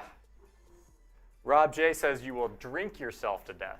Yes, in Vegas. Yeah. / LA. On our way back from LA, we'll just stop in Vegas, hangover style. We'll just drive. He's tweeting something right now. I'm not really sure what it is. All right, sorry. I'm not even sure how to help. I'm sending out the Wolverine Alaska chat. I'm sending out the tweet. All right, we're going to get the John Blaze one next. All right, John Blaze. We do have more content for you guys, just so you know. Yeah, stick with us here. It is 6:07 on the East Coast. Let's see. Okay, I got to pull it up. I'd say one. Okay, so here's the one. I had one, right? Oh, dad joke. Forgot about this. Dad joke, okay. Ready? Can you hear me? Okay, cool. Yeah. My wife says I should do lunges to stay in shape. That would be a big step forward. God, womp. Well, I figured we're doing squats and stuff like that. I had a couple in there in case we got them multiple times. So I wrote a few down, and that's that one. My one last week was good. It was Brett. I'll tell you, Brett wasn't here for this one. It was why can't you hear pterodactyls go to the bathroom? Preston would like this one. Mm-hmm. Do you know the answer? Because they fly? I don't know. Because the P is silent. Oh, yeah. Okay, go. And don't look at the live chat. Stop. Close your eyes. Okay. Okay, turn to me. Yeah. Odd or even? Even. Okay. The answer is even. Mm-hmm. And no, odd. Odd? Damn. Odd was the choice already. Fuck. Okay, sorry. Swearing. I couldn't swear. John Blaze, my guy. Shots. Okay. So I got to do a shot for John Blaze. And how about this? Brett, tell the people here, give me unbiased, what percentage of that beer is left? What percentage of that beer is left? About 2/3. 2/3. Okay, I was going to say about 2/3. 3/4, but I'll take 2/3. Okay, so John, I'm going to chug this whole beer 2/3. I don't know if you guys can see that. Camera 5 feet away, 6 feet away. Anyways, I'm going to chug this beer, and then I'm going to take the 2 shots. I'm going to do one for John, one for Odd or even. Odd or even. Okay. All right. Yoder, Yoder, Yoder, Yoder, Yoder, Yoder, Yoder, Yoder, Yoder, Yoder, Yoder, Yoder, Yoder. You got to open it up more. Oh, a little spillage. Come on, dude. What are you doing? That's new carpet. I already get on you. I get on Will all the time about this carpet. Sure people knew there was a little in there. You know, sometimes people say, "Oh, you have a fake beer or something like that." By the way, can you grab me another one of those at some point? Okay. The Blue Boys. All right, I'll be back. All right. He's got to entertain you guys on his own. All right. Here is shot number 1 of Fireball for John Blaze. All right. Or you could tell someone to get one too. I guess that's an option. All right. Fireball, by the way, is one of those sneaky things. I'm going to give you Yoder's alcohol discussion points. It's surprisingly, I think it's why people like it, and I've never been a big Fireball guy, but we have a ton of it here at the office because of I basically run a frat house. It doesn't taste that bad. It tastes like cinnamon, but so you can do like 6 or 7 of them. You think you're doing good, and then like 20 minutes later, you're keeled over, the trash can, puking everywhere. So this will be shot number 3. This is for my guy John. This is for the odd or even. John Blaze chugged a 2/3 of a beer for you. Did a shot. You're my guy, and you've got a Twitter video coming in just a moment. And I promise you guys, I'm gonna put a link to the tweet here for a second, so everyone can see it. The Wolverine Alaska one, and then I'm going to see one for John Blaze. So if you're on Twitter, show some love and put the tweet in the live chat here, right there. That is the video of me behind the scenes of the studio, wearing the wig and giving Wolverine Alaska a shout out on Twitter for his amazing $50 super chat. He came straight at the clinic to us, dropped a 50 burger on us. It is not. We don't forget it. We don't take it lightly. We certainly appreciate it. And not just anybody who super chats, but of course everyone who watches the show and supported us. This is our kind of wrapping up our 4th season on YouTube. It's been a ton of fun doing that. So 2 shots I got the beer. Anything else we owe here? No, I think we're good. We're getting into I owe John Blaze a video. Recruiting news and rumors now, huh? Yeah, we're getting some recruiting. Oh, John Blaze a video. John Blaze is a 2-time MVP. Yeah. So, all right. Well, my hair is everywhere from that wig. Whew. Ah. Yoder cares a lot about his hair, you guys. Well, guys, I'm kind of, I may or may not have, I strategically placed my hair so you can't see my receding hairline or my bald spot, but, so I've got to be very strategic about it. All right. Shout out to my guy, John Blaze. I just hit him in the tweets here. He dropped us a $55 super chat. He's been super chat MVP of 2 of our shows. He's on pace to be super chat MVP of this show. Merry Christmas to you, John. You are the freaking man. We're live on YouTube for everybody, so join us. But John Blaze Wolverine, I want to give a huge, huge shout out to you. You guys look behind the scenes of the studio. There is the YouTube live stream. John Blaze the Wolverine, $55 super chat. Thank you so much. Go Blue. Merry Christmas. All right, let me tweet this out, guys. Stick with us, and we will dive in. Brett, maybe toss a question or two up there. I got it. I know what I'm doing occasionally, So I do want to say shout out to Chase in the chat. Appreciate the struggles, and keep at it, my man. How about some shout outs? Let's just do some shout outs. Type me if you want a shout out. We got news and rumors about the recruiting front coming up next, and then, of course, we'll answer your questions to close out the show. Let's get some shout-outs going. Type me in the chat. We'll get some shout-outs to other people that have been in the chat already, like Rob, Iceman, Mark, Tim K, Rob J, John Blaze, of course, Chase, Baron, Tim,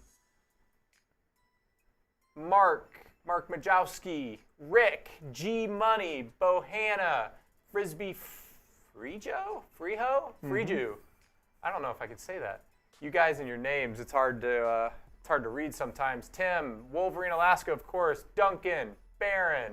Lots of me's coming in the chat. We really appreciate you guys. We are getting into some news and rumors coming up next. On today's show, we have hit the recruiting, the portal. We've hit the Erick All, Cade McNamara saga. Saga. Yeah, I like that one. Sega. Yeah. Sega. You know, so we got your wireless some more cords at some coming point. Doing push-ups and having these cords run up and down my back is actually more challenging than you would expect. So, all right. So my tweet just went out. I'm going to grab it here and I'm going to make sure that everybody is show love that's in the live chat.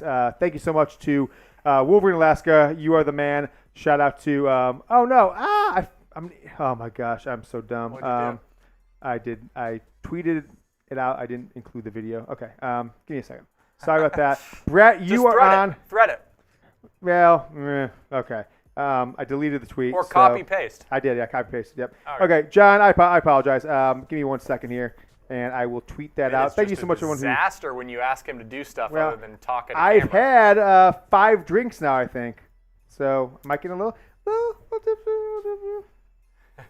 what we sipping, Brett, from Frisbee? I got a Miller Lite. Just grabbed what was available. Let's see. Becky and Chad wants a shout out. Mitch and Rob. Lots of shout outs. Really appreciate you guys watching. Means a lot to us here at Chat Sports when you guys get in the chat and put the chat in Chat Sports, of course. Okay. Is it taking you this long to do this? No, yeah. Okay. So I just want to get like the live, the live link in there too. I think that's what I put the live link in, and I forgot to put the video in. So I think that was my flaw was. All right, now I'm gonna grab the live link one more time. All right, shout out to my guy. Okay, so that is sending now. Okay, sent. All right, I will put that one in. So let's just stick to it post, Brett. I'll give a couple more shout outs here, and then we will dive into the next portion of the show. It's the Michigan Football Report. I'm going to wait till that video post. It should just take about 2 seconds here. I'll put the link in the live chat so you guys want to show some love to it. Watch the video, anything like that. Still hasn't posted, so we'll come back to, let's see, one more time. I'll refresh and see what we have. Okay. Still posting. Still going. Come on, Elon. Yeah. Oh, there it goes. Okay, cool. Posted. Uploading the phone. Gonna grab the link. And Wolverine, we'll get to that one in the live Q&A. Still not. This has gone bad. Okay. Well, I'll get the link. I'll keep my eye on it, and we'll go from there. What are we doing here, Brett? We're jumping over to the Michigan football news and rumors. All right, guys. We have hit recruiting and portal rumors. We have talked Erick All and Cade McNamara. We still have 2 portions of the show to come up. We've got Michigan football news. Then stick around. Make sure you use hashtag Michigan or Super Chat to get on the show. We'll do a Michigan football live Q&A in about 12 minutes from now. I am your host, James Yoder. Is the Michigan Football Report by Chat Sports. We're going to dive into some of the latest stories around Michigan football. Talk a little bit of recruiting, a little transfer portal. We've got signing day in under a week. We're going to talk to you guys about all the things that we've got going on in and around this program. I mean, hell, this is the craziest month in Michigan football history. You've got the college football playoff coming up, Big Ten championship they just won, beat Ohio State, end of November, and on top of all that, you've got the transfer portal just going absolutely bonkers around all of college football. So, guys, let me ask you a favor before we dive into all the news and rumors. If you can, like today's video. We're big numbers guys here at Chat Sports, the Michigan Football Report. We're computer guys, right? We're big computer guys. And we figured out the more likes you get, the more shows, the more people watch your show. And we are closing in on record number of likes. We set it up, had a huge spike up in the 2021 season. A few of those shows, like the Ohio State game, etc. First time it happened. But even with this being a regular thing, winning titles, beating Ohio State, we are getting close to beating last year's like record for the season. So if we can we get your like on today's video? Get us towards that like. Hey, get a big like. YouTube, give us a little more cash. It's all those kind of things. So give me a like in this video if you want to support the show. All right, Jadyn Davis. This story has been brewing for about a week, but now is absolutely confirmed. And I've always told you guys, I don't use any sources I have typically in and around Michigan to talk about recruiting because that's future me's problems recruiting. I always try and get the information on the team itself. So this one has been brewing, and now we've kind of talked about it. I told you last Friday was the day. I've told you this for about 3 or 4 weeks. If Jadyn Davis didn't commit by last Friday, something's up. And it came and went, and that's certainly the case. He is not only going to not commit last Friday, his self-proclaimed, commitment, which was in the month of December before New Year's, has been pushed back. He will commit to somewhere in January, is what he is saying. And I think this is a bad sign, right? Michigan still may end up with the 2024 5-star quarterback, but Michigan's eggs, they're all in the Davis basket. They didn't take a high level. And forgive me, Alex Orji and the other quarterback they took last year. I apologize. I don't have the roster in front of me. A high-level quarterback is a top 60 guy, top 70 guy overall, top 100 guy at worst. Michigan should be getting one of those every other class at worst. And maybe you fill in the gap with your 3-star here or there. But you've got J.J. McCarthy coming up. Next year in 2023, J.J. McCarthy will be a junior, and Jadyn Davis will be a senior in high school. If McCarthy leaves after 2023, if he's got NFL potential, like I think a lot of us believe that he does, he certainly has NFL talent, what happens to Michigan's quarterback situation in 2024? If they don't get Jadyn Davis, I think it's panic time. Even if they do get Jadyn Davis, I still think they've managed this quarterback situation a little weird. And it might not be a situation where Michigan has to take a 1-year flyer on a guy in 2024 that's like, lost his starting job somewhere else, or as a quarterback at Toledo wants to pop up to Michigan for a year. People say Davis Warren, okay, cool, but I don't like the fact that Michigan will go 3 straight recruiting classes potentially if Jadyn Davis doesn't come to Michigan without a high-level, championship-level quarterback in the class. It seems to me like name, image, and likeness is becoming the biggest factor here, because if not, why hasn't he committed elsewhere? Why hasn't he committed to Michigan now? Who else was after Jadyn Davis? Clemson, Georgia, LSU. All of those schools have gotten multiple quarterback commitments, 2023 guys and 2024 guys as well, in the last 5-6 months. And so maybe just by process of elimination, they tried to push all their tips on Jadyn Davis. At least a couple of them did. He didn't commit to them.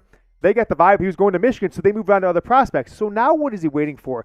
NIL. I think when you see tweets out there from other, media people, schools are saying different things, and he's saying, well, 5-star quarterbacks are getting $1 million, $2 million. Well, what's Michigan giving me? Well, nothing, but if you come here and you're a starter, you could get something. I think that's the way it should be done. That's name, image, and likeness. But unfortunately, that's not the way it is happening today. So NIL, I think Michigan still kind of has their head up their butt with it.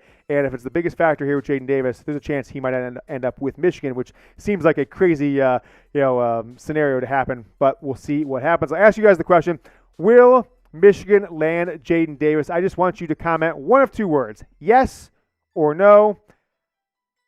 I don't know if I have the answer here. I'm going to say yes. I'm going to say yes. Stay optimistic. It's been doing us good here. I stay optimistic. I was a pessimistic guy in 2019. What happened? They lost to Ohio State. 2020, COVID year. Doesn't matter. Optimistic guy all of 2021, 2022. Big Ten titles, everything like that. So I'm saying yes. Let me know what you guys think. I've got 50-50 in the live chat. Jeff, no. Julian, yes. Rob, yes. Bill, yes. Bohannon, no. Rock City, got you on the helmet, my guy. Got you on the helmet. Don't forget. He says no as well. Iceman Comp says yes. So a bunch of votes coming in the live chat. Comment down below if you're watching this on demand. Let me know what you think, yes or no. One player I do believe Michigan will get here, training to get, and he has made a decision on his announcement day, and that is Jyaire Hill. The four-star cornerback. Down to Michigan and Illinois is what it seems. Those are his final 2. He is going to announce at the end of the day on signing day, 4 p.m. Eastern his time in the state of Illinois, 5 o'clock on the East Coast. So we won't know about him until really the end of the day. Will it impact Michigan's 2023 recruiting class rankings? We're not going to know till the end of the day, but I think it's a pretty good – I don't think it's that – the sign that he's announcing committing, I don't think that really matters that much, but I am feeling good.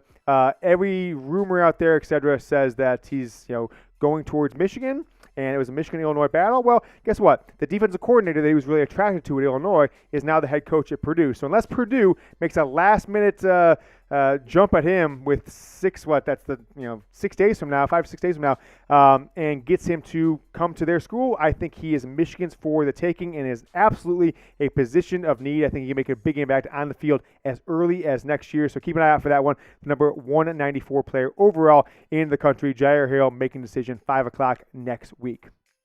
Folks, we are presented by the Fetch app, the free app that allows you to scan your receipts and earn points that can be redeemed for gift cards to your favorite stores, restaurants, and online retailers. It's super easy to use. To use the app, just snap a photo of your receipts from purchases from any store, or you click the e-receipt option in the app, and Fetch can connect to your Amazon account, and you'll earn points for all shipped orders. Plus, connect your email to earn points for every e-receipt you get from Uber, Instacart, or any purchase you make online. Those points can then be redeemed for gift cards at your favorite stores and restaurants. Fetch is available for iPhone and Android. Use our link. It's right there at the screen. You see the promo code CHAT, chatsports.com/Fetch. Promo code is CHAT, C-H-A-T, at sign up, and you will get 5,000 bonus points when you scan your first receipt. Folks, that's the equivalent of a free $5 gift card to get started. It's a free app, and the 5,000 bonus points are only available for a limited time. So get started now. Chatsports.com/Fetch. Chatsports.com/Fetch. Bottom of the screen, you see the link. Also in the comments and description. Use promo code CHAT, C-H-A-T, and you will get 5,000 bonus points only for a limited time. Now, don't wait. I have gotten $60 in free gift cards just by downloading the free Fetch app, connecting my Amazon account, and scanning my receipts at the grocery store. Chatsports.com/Fetch. Support the show. Get the 5,000 bonus points using promo code CHAT. All right, folks, let's talk portal transfer. I am your host, James Yoder. It is the Michigan Harbaugh for this Michigan football team. 10 days in now. We're now 10-plus days in now, and Michigan has landed a top-tier offensive lineman and a top-tier linebacker, right? Okay, great. Now, the current portal focus is cornerback and running back. 2 reasons for that. Cornerback, I think it's pretty clear that Will Johnson might be the only returning starter from the core outside cornerbacks at this point. And then running back to be the Robin to Diamond Edwards Batman in 2023.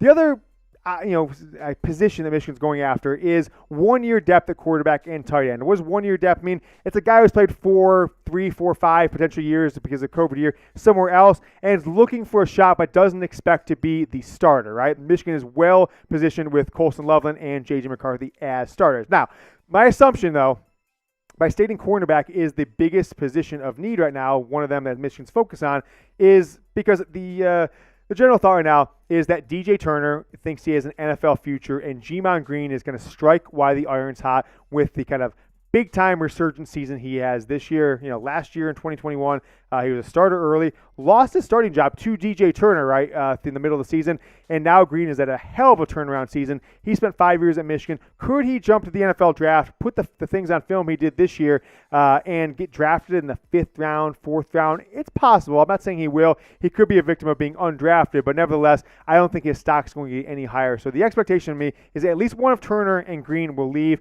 but I would say, if I was a betting man, that both of them will be gone and on from the program after this season. So who's Michigan targeting? There are 3 names that pretty much every school in the country wants when it comes to cornerbacks, and Michigan is going heavily after all 3. Now, Tony Grimes, I think, is much like Josaiah Stewart from Coastal Carolina, might come down to USC-Michigan transfer portal battle. He was a former top 20 player overall, 5-star cornerback in the 2020 class. He's visiting Virginia Tech, Texas A&M, and USC this week. Now, what's happening is that transfer portal guys are still under the same rules as recruits. So after this weekend, there is a dead period for transfer portal guys. They won't be able to take visits until after the new year. So after the new year, the expectation is that he visits Georgia, Michigan. Where else is the other school there? Georgia, Michigan, and who is it? Oh, Georgia, Michigan. After the new year. Penn State, Georgia, and Michigan. That's right. Michigan recruited him heavily. He has a good relationship with not a ton of Michigan staff, but Jim Harbaugh in particular recruited him heavily in 2018, 2019, going up to his signing day in kind of February of 2020, December of 2019. He is a top target for Michigan at the cornerback position. His teammate, though, Storm Duck, pretty dang good player, but I'm actually pretty interested in what's going on at North Carolina in a lot of ways because they had one of the worst pass defenses in America, and you've got two very high-level players, Tony Grimes and Storm Duck. 3 of their 5 starters in the secondary are transferring with eligibility elsewhere, and they have all in 8 players, safety or cornerback, in the secondary in the transfer portal, does North Carolina. Now, Fentrell Cypress, he is probably the top or one of the top 2 or 3 guys at any position out of Virginia's second-team All-ACC. I don't necessarily hold on any dreams that Michigan's going to get him at this time, but they're certainly putting their best foot forward. If Michigan gets one of those 3 guys, celebrate, pop champagne, confetti, because they're an instant starter next year next to Will Johnson. And with DJ Turner, Gemon Green probably leaving, I think it's exactly what this program needs. I want to take your gauge your interest because we have done about 1 or 2 or maybe like a half and a half show of transfer portal news over the past 10 days. I think it's like our 3rd show, kind of focusing nearly exclusively on the transfer portal and recruiting. So what's your interest in the transfer portal so far? If you're not aware, we've talked about it, but I'll give you the scoop. December 5th, for 45 days, players have the opportunity to enter the portal and kind of take visits that are paid for by school. And then after that, they can't enter the transfer portal again until after the semester. You get another 45-day window after spring football, after the spring semester. What is your interest in the transfer portal so far? Give me on a scale of 1 to 10, 1 the lowest, 10 the highest. If we get a ton more in 8, 9s, and 10s than 1s, 2s, and 3s, we'll do more news and rumors and information on the transfer portal, so let me know 1 through 10. Michigan's going to have an open practice on Saturday. It's at Glick Fieldhouse, which is Michigan's practice facility. You know, a big old beautiful indoor-outdoor practice facility, followed by a name, image, and likeness event, which the details are still a little murky on what it is, autographs and everything like that going there. No video and photo, and I kind of dug in this a little deeper. The, I guess, expectation is they're going to make you seal your phone in a plastic bag coming in, and doors open at 3:15, but attendance is limited to 200 people. It's a free event, 200 people. This, folks, this is a cool idea. It really is, but honestly, it makes no sense. 200 people, free event, last practice for the team before they head out, or the only practice publicly, but I think it's the last practice they're going to have at Michigan. They're going to head down to Phoenix, a week and a half or so early. Free event for the public. Glick Fieldhouse, no cell phones, no videos. 200 people? Tell me how this makes any sense. What are we doing? So you're going to say Michigan football with the top 4 fan base and total fans in all of college football. You're going to host an open practice where I can go watch the team play. I can't take any videos on it. I can't take it on my iPhone. I can't tell anybody I'm there. And then I'm going to wait in line? I mean, what are we doing? And then do you let 200 people there? You know how if you told people you get a free practice for an undefeated Big Ten championship team that has a decent chance, a 25% chance at least to win the national title, that you only have 200 people out? What is the point? Why not just sell tickets? Why not just sell tickets for like $500 a piece? You probably get that money. Donate to the players for NIL or something like that. This is the most preposterous thing I've ever heard of in my life. You get a open practice. You get to watch the Big Ten championship 13-0 Michigan football team. Yeah, we're only got 200 people in. You can't take any pictures of yourself. It seems like, I'm telling you, this seems like one of the most ridiculous things I've ever heard in my life. It'd be like, I don't know, who's the biggest celebrity? Taylor Swift's holding a concert in your hometown. It's free, but it's at Billy's house, and it's like the first 9 people who show up in his driveway get in, get to sit around and listen to Kumbaya in the backyard. Everybody else gets to waste their entire afternoon waiting in line for 3 hours. They're out of there. So weird idea. I've never heard anything like this where you host a free event for one of the 2 or 3 most popular college football teams in America and say, nobody can take pictures. First 200 people get in. What? Okay, that's it. All right, if you haven't yet, subscribe to the channel. We are approaching 25,000 subscribers. I've got like 400 subscribers just since Monday, so you guys are really helping us push the number towards 25,000. It's a huge milestone for a YouTube channel, so really appreciate it. It's youtube.com/chatsports. If you enjoy the show, send that link to a friend. YouTube.com. What did I say? Oh, it said Michigan TV. I'm sorry. YouTube.com/Michigan TV. We need 388 more subscribers to get to 25,000. YouTube.com/Michigan TV. All right, a 3-time Pro Bowl tight end has praised Jim Harbaugh, and I don't know how much information this is really directly on the program, but I thought in the grand scheme of things, I'll kind of show you what he said and then just give you my take on it. So, Delanie Walker, longtime NFL player, 14-year NFL veteran, 3-time Pro Bowl tight end, was on Bussin' with the Boys, Taylor Lewan's podcast with Will Compton, who's another NFL player. They were asking him about Jim Harbaugh. He played for Harbaugh for 2 years in San Francisco. Then they said, do you think he's going back to the NFL? Do you think he's going back to the NFL? First off, he said, he ain't leaving, obviously Michigan. And then, and we're kind of paraphrasing here, this is the best quotes, but at the end of his talk on Harbaugh, he said, he's the best coach ever. Not the best coach I ever. He said, Jim Harbaugh, the best coach ever. I love Jim. And he went on and on about all the crazy things I think a lot of people have heard, antics that Harbaugh did. But he's like, Harbaugh came in, and we had a lot of players at the 49ers that were making a lot of big money, and he talked about on the podcast how after every 49ers game, they'd have 3 or 4 buses waiting out for them, and the veterans and the team would pay for it. They just go party all night long. Harbaugh put an end to all that, and he told the players in his first couple weeks of practice, he said, my job right now is to light a fire in the grass. Why do I want to light a fire in the grass? So I can see who the snakes are. I want to see the snakes and get rid of all of them. And he said he set the tone. He said Harbaugh is like the most hard-nosed coach ever. And if you are a player who wants success and wants to have the best of your ability, he talked about how he brought in undrafted players on Stanford just to be on the practice squad, just so they could show the superstar NFL players how to work hard like Harbaugh wanted. So it was a pretty good interview there. Delaney Walker on Bussin' with the Boys, talking about for about 8-10 minutes about Jim Harbaugh and just all the crazy antics from San Francisco when he played for him for 2 seasons. But how about this, though? What a perception change for Jim Harbaugh in the last not even 2 years. I mean, hell, it's really just in the past 13 months, probably by the October of 2021 till now. It's a complete 180. What were people saying about Jim Harbaugh October of 2021? A year and 2 months ago, right? They were saying he can't win the big one. He's awkward. He's never going to win big at Michigan. He's never going to beat Ohio State. The pros don't even want him. Michigan should fire him. He can't win a game against a road team. He has the worst offense. He's got a boring offense. His defense is falling apart. Don Brown's a bum. Michigan's falling behind the times. Now they can't recruit. I mean, that was what's being saying last year by everyone, not just Michigan football fans, not just Ohio State fans, everyone across the football landscape, pro, college, fans, whoever it was, radio shows, YouTube shows. And the last 2 years, all of a sudden, Brett, as producer, you don't have to chime in on the mic. You can tell me, have you heard a negative thing about Jim Harbaugh in the last year? I mean, maybe outside of looking for an NFL job? Sky high right now. Perception change is unbelievable, right? Now I'm thinking, it's like, I saw this CBS Sports podcast the other day with the NFL scouts, recruiting guys. He said, Michigan is player development U by a long shot. Michigan's got the best offensive line in the country for 2 straight years. Go ahead, Brett.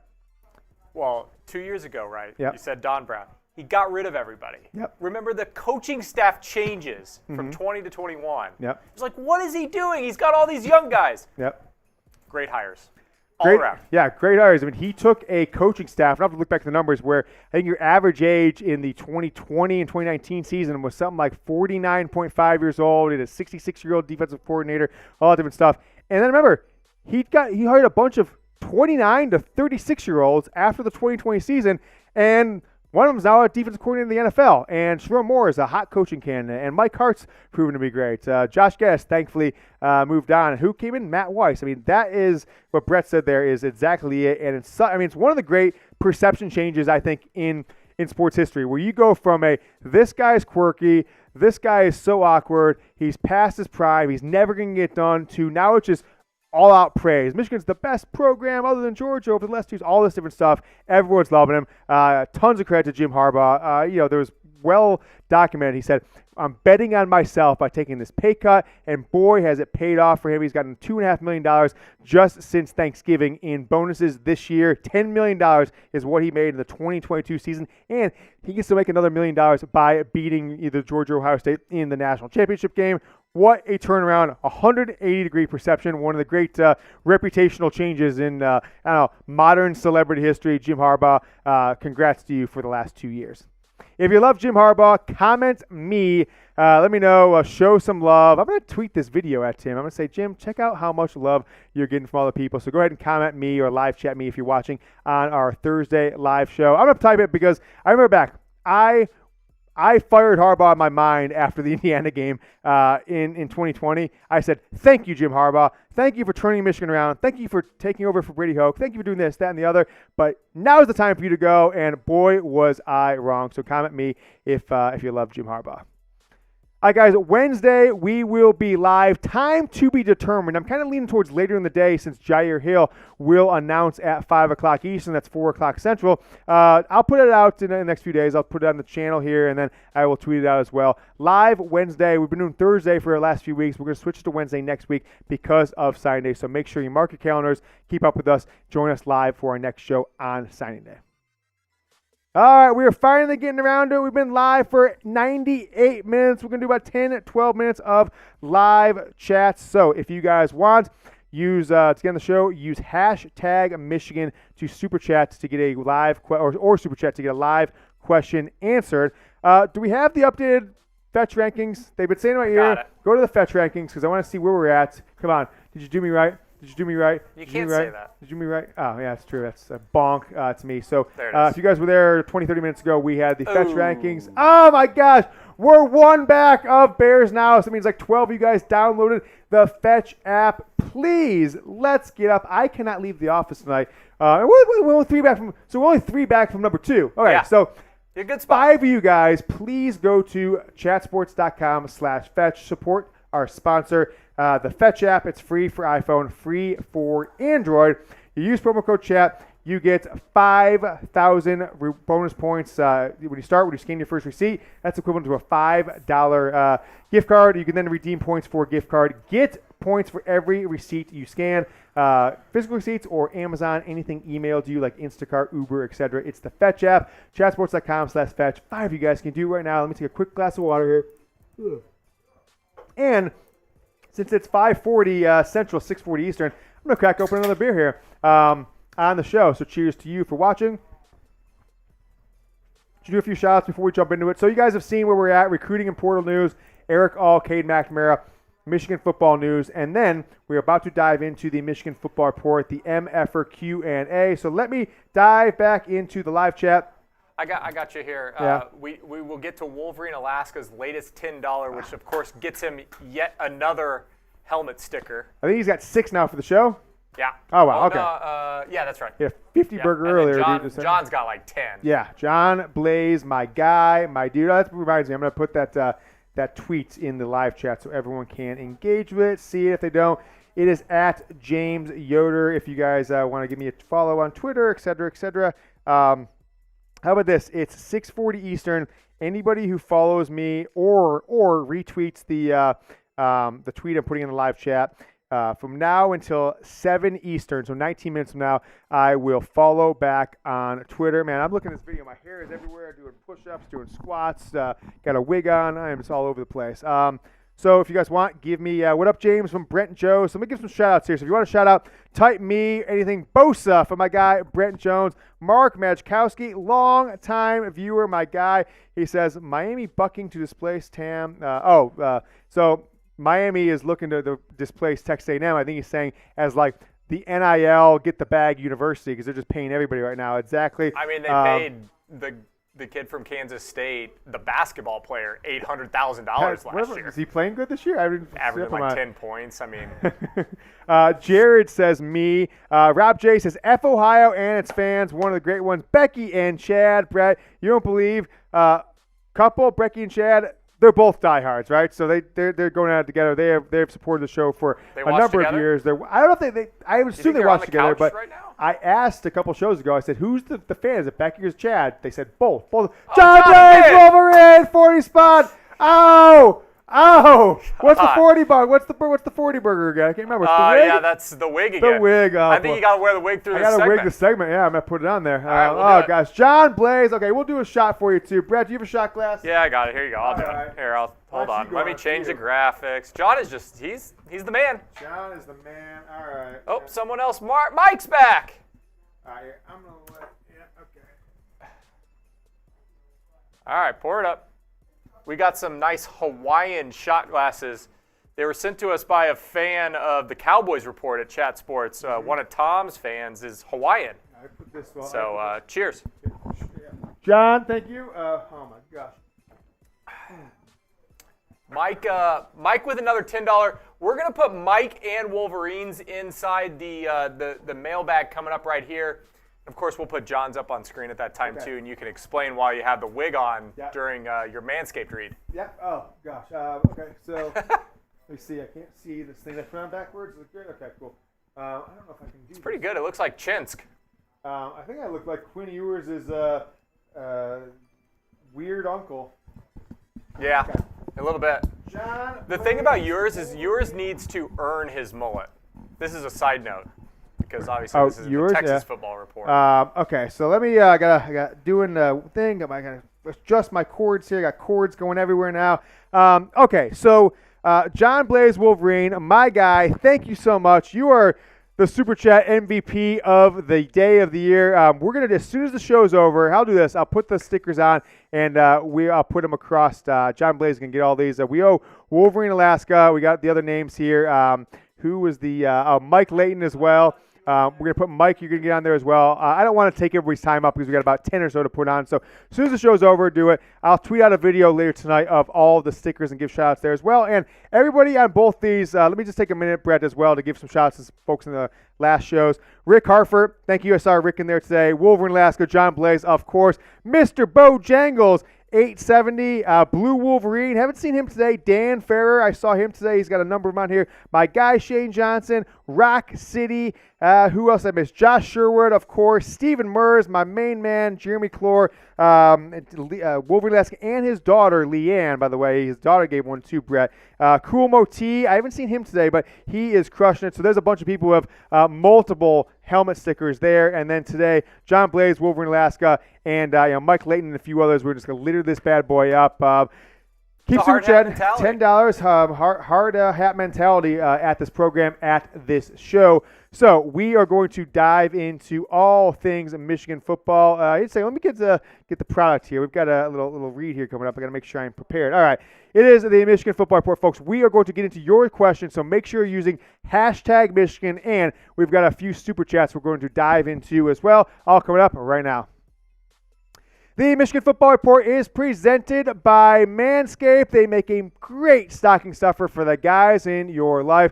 So if you want to get an awesome gift this holiday season, go to manscaped.com. Use promo code GOBLUE. Get 20% off and free shipping. I'm wearing a wig. We're going to tell you why here in a second. But before we do, I want to make sure you guys know where to find me outside of YouTube. And my favorite place to be outside of YouTube is, of course, Twitter, as we approach 10,000 followers. We're at 9,937. So if you'd like to stick with me, I don't think there's been a day I've gone by this season that I haven't tweeted about Michigan at least once. Usually it's about 15 times a day. So it's at James Yoder. Let's say 10,000 is an interesting milestone. We'll probably hit 10,000 on Twitter around the same time we hit 25,000 here on YouTube. So make sure you are following me. All right, why am I wearing a wig right now? Well, 5 minutes of wig time, so we've got about 4 or so left right now. Maybe I'll keep it on the whole show. I don't know. Maybe I'll keep it on the whole show. We are recording this on a Thursday live show. John Blaze Wolverine is our that's his Twitter handle. That's why I keep saying Wolverine. But John Blaze, he has been the Super Chat MVP. He's up to like $125, something like that, $150. And our Super Chat menu was $40. I will wear this wig for 5 minutes. And so that's where we're at. His timing was impeccable as we started the live audience Q&A. So John Blaze, shout out to you. You've got helmet stickers galore here on the show. You are appreciated, and I hope we can break bread in person before too long. Next question, another for Super Chat MVP, Wolverine Alaska. You've seen him multiple times in the hard hat there. He says, what is the depth chart for running back the rest of the season? Now, I don't know if this is widely discussed or out there, but there's been some chatter that C.J. Stokes is looking to transfer. I don't know. I haven't had time to really dive into the truth of that. I would be very surprised if he was, but it seems to me it's Isaiah Gash who knows, but how about Alex Orgy, et cetera? Like I can't give you a great answer because go back to the Illinois game. You had Isaiah Gash, you had Taviar Dunlap, you had C.J. Stokes in the second quarter, third quarter, but then didn't see him at all in the fourth quarter. Orgy clearly can get it done.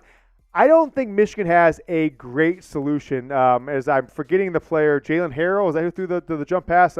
He took snaps all fall long, and then we saw him. We didn't really get any carries all year. Got a couple against Ohio State, and then did the jump pass from moving over from linebacker to running back. So if Donovan Edwards is not 100%, which It seems that he is, right? We're not saying that he's not. I don't think Michigan has a viable solution other than just turning into passing the ball every single down. So Dunlap, Stokes are the best guys. Isaiah Gash, I mean, Michigan certainly trusts him. Remember, he dropped a sure touchdown pass against Illinois with the game on the line, and then the next possession, they went to him on the absolute most critical play of the year, 4th down and 2. They kind of went him in motion, went an underneath route, and hit him for a pass after he completely dropped the ball on the prior down. So those 3 guys, but look, they're not getting any production to the level of Donovan Edwards or Blake Corum. That's just the facts.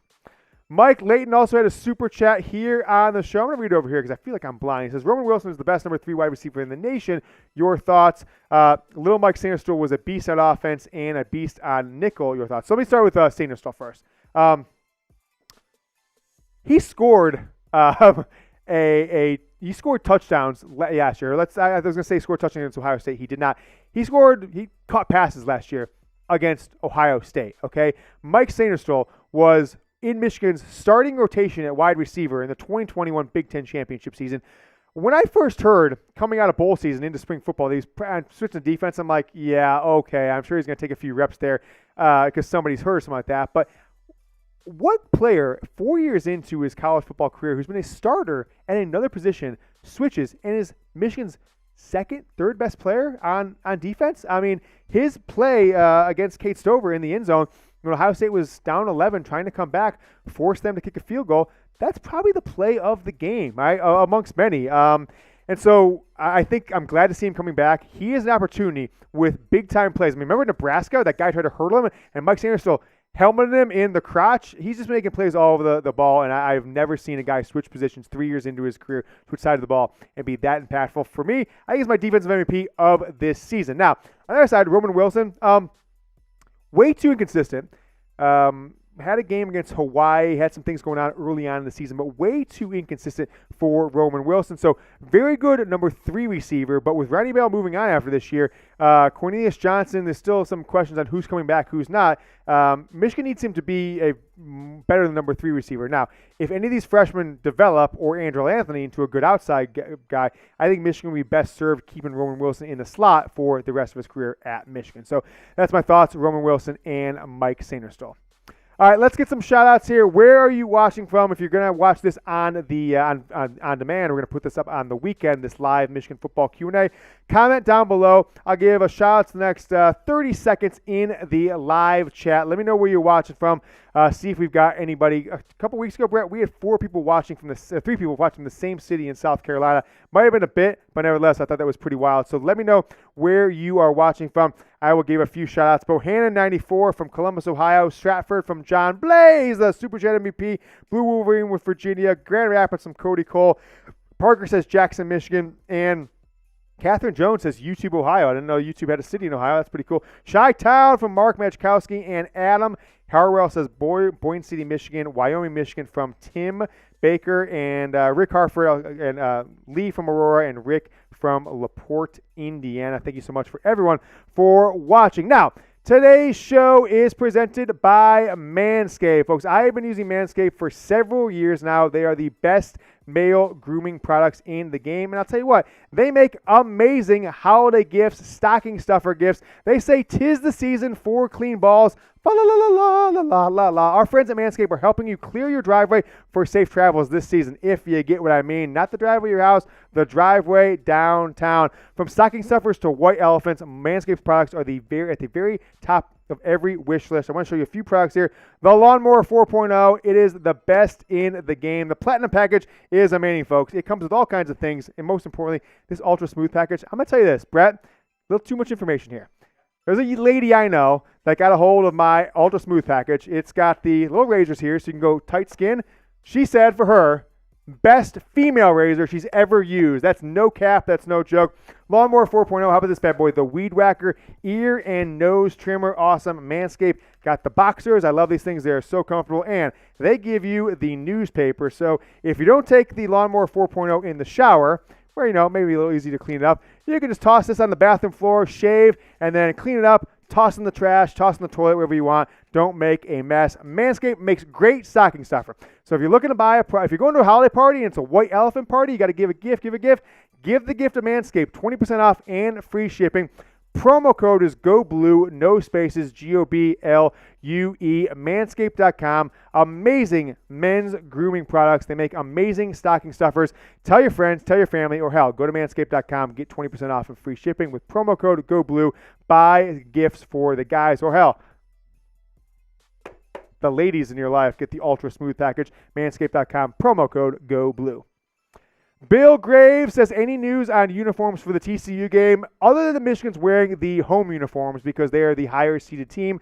None yet. I haven't even heard of any rumors as of yet. The expectation is for me that Michigan will make a decision probably by Monday or Tuesday before they head out to Arizona, unless they're going to take 3 or 4 uniforms, I guess, for every player. That could be potential, but I would guess that Michigan will wear the traditional uniforms. I think I'm a superstitious guy. I'm guessing Jim Harbaugh is too, because they wore the blue uniforms last year for the Washington game, for the Ohio State game. They became the big game of blues at home, and Michigan, had a good run at them. Tried to wear them against Georgia. Bad news. So I don't know. Do you want to jinx it? Do you want to wear the big game blues for the semifinal again? Lose? I don't know. So I would expect them to wear these traditional blue tops, maize bottoms, but I've been saying this for years, for months. I would love to Michigan to finally wear the inverse uniform, maize jerseys and blues pants, but my guess here is they'll wear the traditionals. Is Morris ready for TCU? He's been practicing. Michigan's been back in practices. Is now day 3.5, 4. There's one day in there that they didn't really have a true practice, but Mike Morris has been said to be participating with the 1s and 2s. Not 100% yet, but expectation is that he will. Michigan's got a lot of time here, right? 28 days, 4 weeks between Purdue and between TCU, so a lot of guys can get healthy. I think the 2 injuries I'm most concerned about, obviously, is Donovan Edwards' cast-off. I have no information on that yet. Mike Morris, though, has got to be 100% healthy, and I expect him to be. By the way, one of the funnier videos, I put it on my Twitter account on Wednesday, so if you guys want to scroll back and find it, hit my media, is after Donovan Edwards' second touchdown run in the fourth quarter, right, 85 yards, they go to the sideline, and there was no muting on this. Mike Morris is standing on the bench, and he is screaming at the Ohio State fans, and he says, y'all weak as F, y'all weak as F. And then he does the O, like the O-H-O-I-O, and he goes, break that shit. And he breaks it over. I think that's a good thing. We're going to start doing that. Oh, break that shit. It's pretty funny, but he looked damn healthy there and was limited, of course, against Ohio State, but these 4 weeks should be fruitful for him to be a force against TCU. Luis Pop, my guy, how are you? Mozzie Smith playing or sitting out? He will be playing, unless, he gets injured or something like that between now and the game, which I haven't seen yet. But there's some troubling stuff that's come out, right? He had, it all depends on motive. If he's a hunter or goes to the shooting range a ton, having 2 magazines with bullets in them maybe isn't a big deal, right? If you're a guy who goes to the shooting range all the time, of course you have much more ammo than that. But the fact that he had loaded things in his glove box, I'm not the greatest look, I guess, because he was going to Schembechler Hall. So people have said, well, did he break Michigan school rules? Well, it didn't happen on school grounds, so nevertheless. But he pled down to a misdemeanor. He doesn't have a history of criminal behavior, and now that's been pushed back to after the bowl season. So was it January 12th, we said, which is a Thursday after Michigan's national championship win on January 9th. So he will be playing unless there's some injury that we don't know about at this time. Guys, if you haven't yet subscribed to the channel, it's youtube.com/MichiganTV. I'm doing things for you, like doing 2-hour live shows while wearing a wig the whole time, 6 shots because my guy John Blaze, my guy Wolverine Alaska, and others have been hitting us with super chats. So subscribe to the channel or send the link to a friend who's also a Michigan football fan. This is going to be the craziest, 20-plus days in program history. Transfer portal, signing day, Big Ten game or college football playoff against TCU, national championship game, and I think maybe potential victory. Emmanuel Hall says, I actually think OSU can beat Georgia. What does the room think? Let's ask the room. Let's ask everybody watching live, everybody watching on demand. Who are you rooting for in this game, right? Who are you rooting for? I think you've got to root for Georgia. Why do I think you have to root for Georgia? What good does it have to let Ohio State get another shot against Michigan, right? What good does it do Michigan at all if Michigan wins and takes care of business against TCU? The loss to Ohio State, if it were to happen, which I don't think it would be so negatively impactful to the psyche of every Michigan football fan. I couldn't take it. I honestly couldn't take it. I could take a 66-0 loss versus Georgia. I couldn't take a 24-21 loss for Ohio State in the national title game. That would be absurd. So I don't even want to give them the chance. I don't want to give them the chance. Now, the win would be sweeter. It'd be like this. The win, the loss, Georgia, the win, the loss, right? The loss is actually not that bad in the grand scheme of things if you get there, because Michigan's lost 2 national championships in basketball in the last 10 years, and I don't think anyone's still crying over those. That you get the opportunity, but don't let the opportunity of a loss be Ohio State wins the national championship by beating you too much. With that, who are you rooting for though, Georgia or Ohio State? Let me know. Type G or type O. All right, let's get one from John Blaze, another $10. Who says, raise them right, John Blaze, Wolverine. We got another $10, John. You can have like 9 or John Blaze Jr. Raise them right. You have like 9 or 10 of these stickers on this helmet. So it's basically the John Blaze helmet. John, I think you're leading. You and Wolverine, Alaska, and Blue Wolverine we've got coming up next. He is all over these helmets as well, filling these bad boys up with dollar bills. Blake Corum signed football and some other things. We're going to send out to you. Blue Wolverine, hadn't seen it yet. I'm sure it was an earlier show. He says gnarly hair.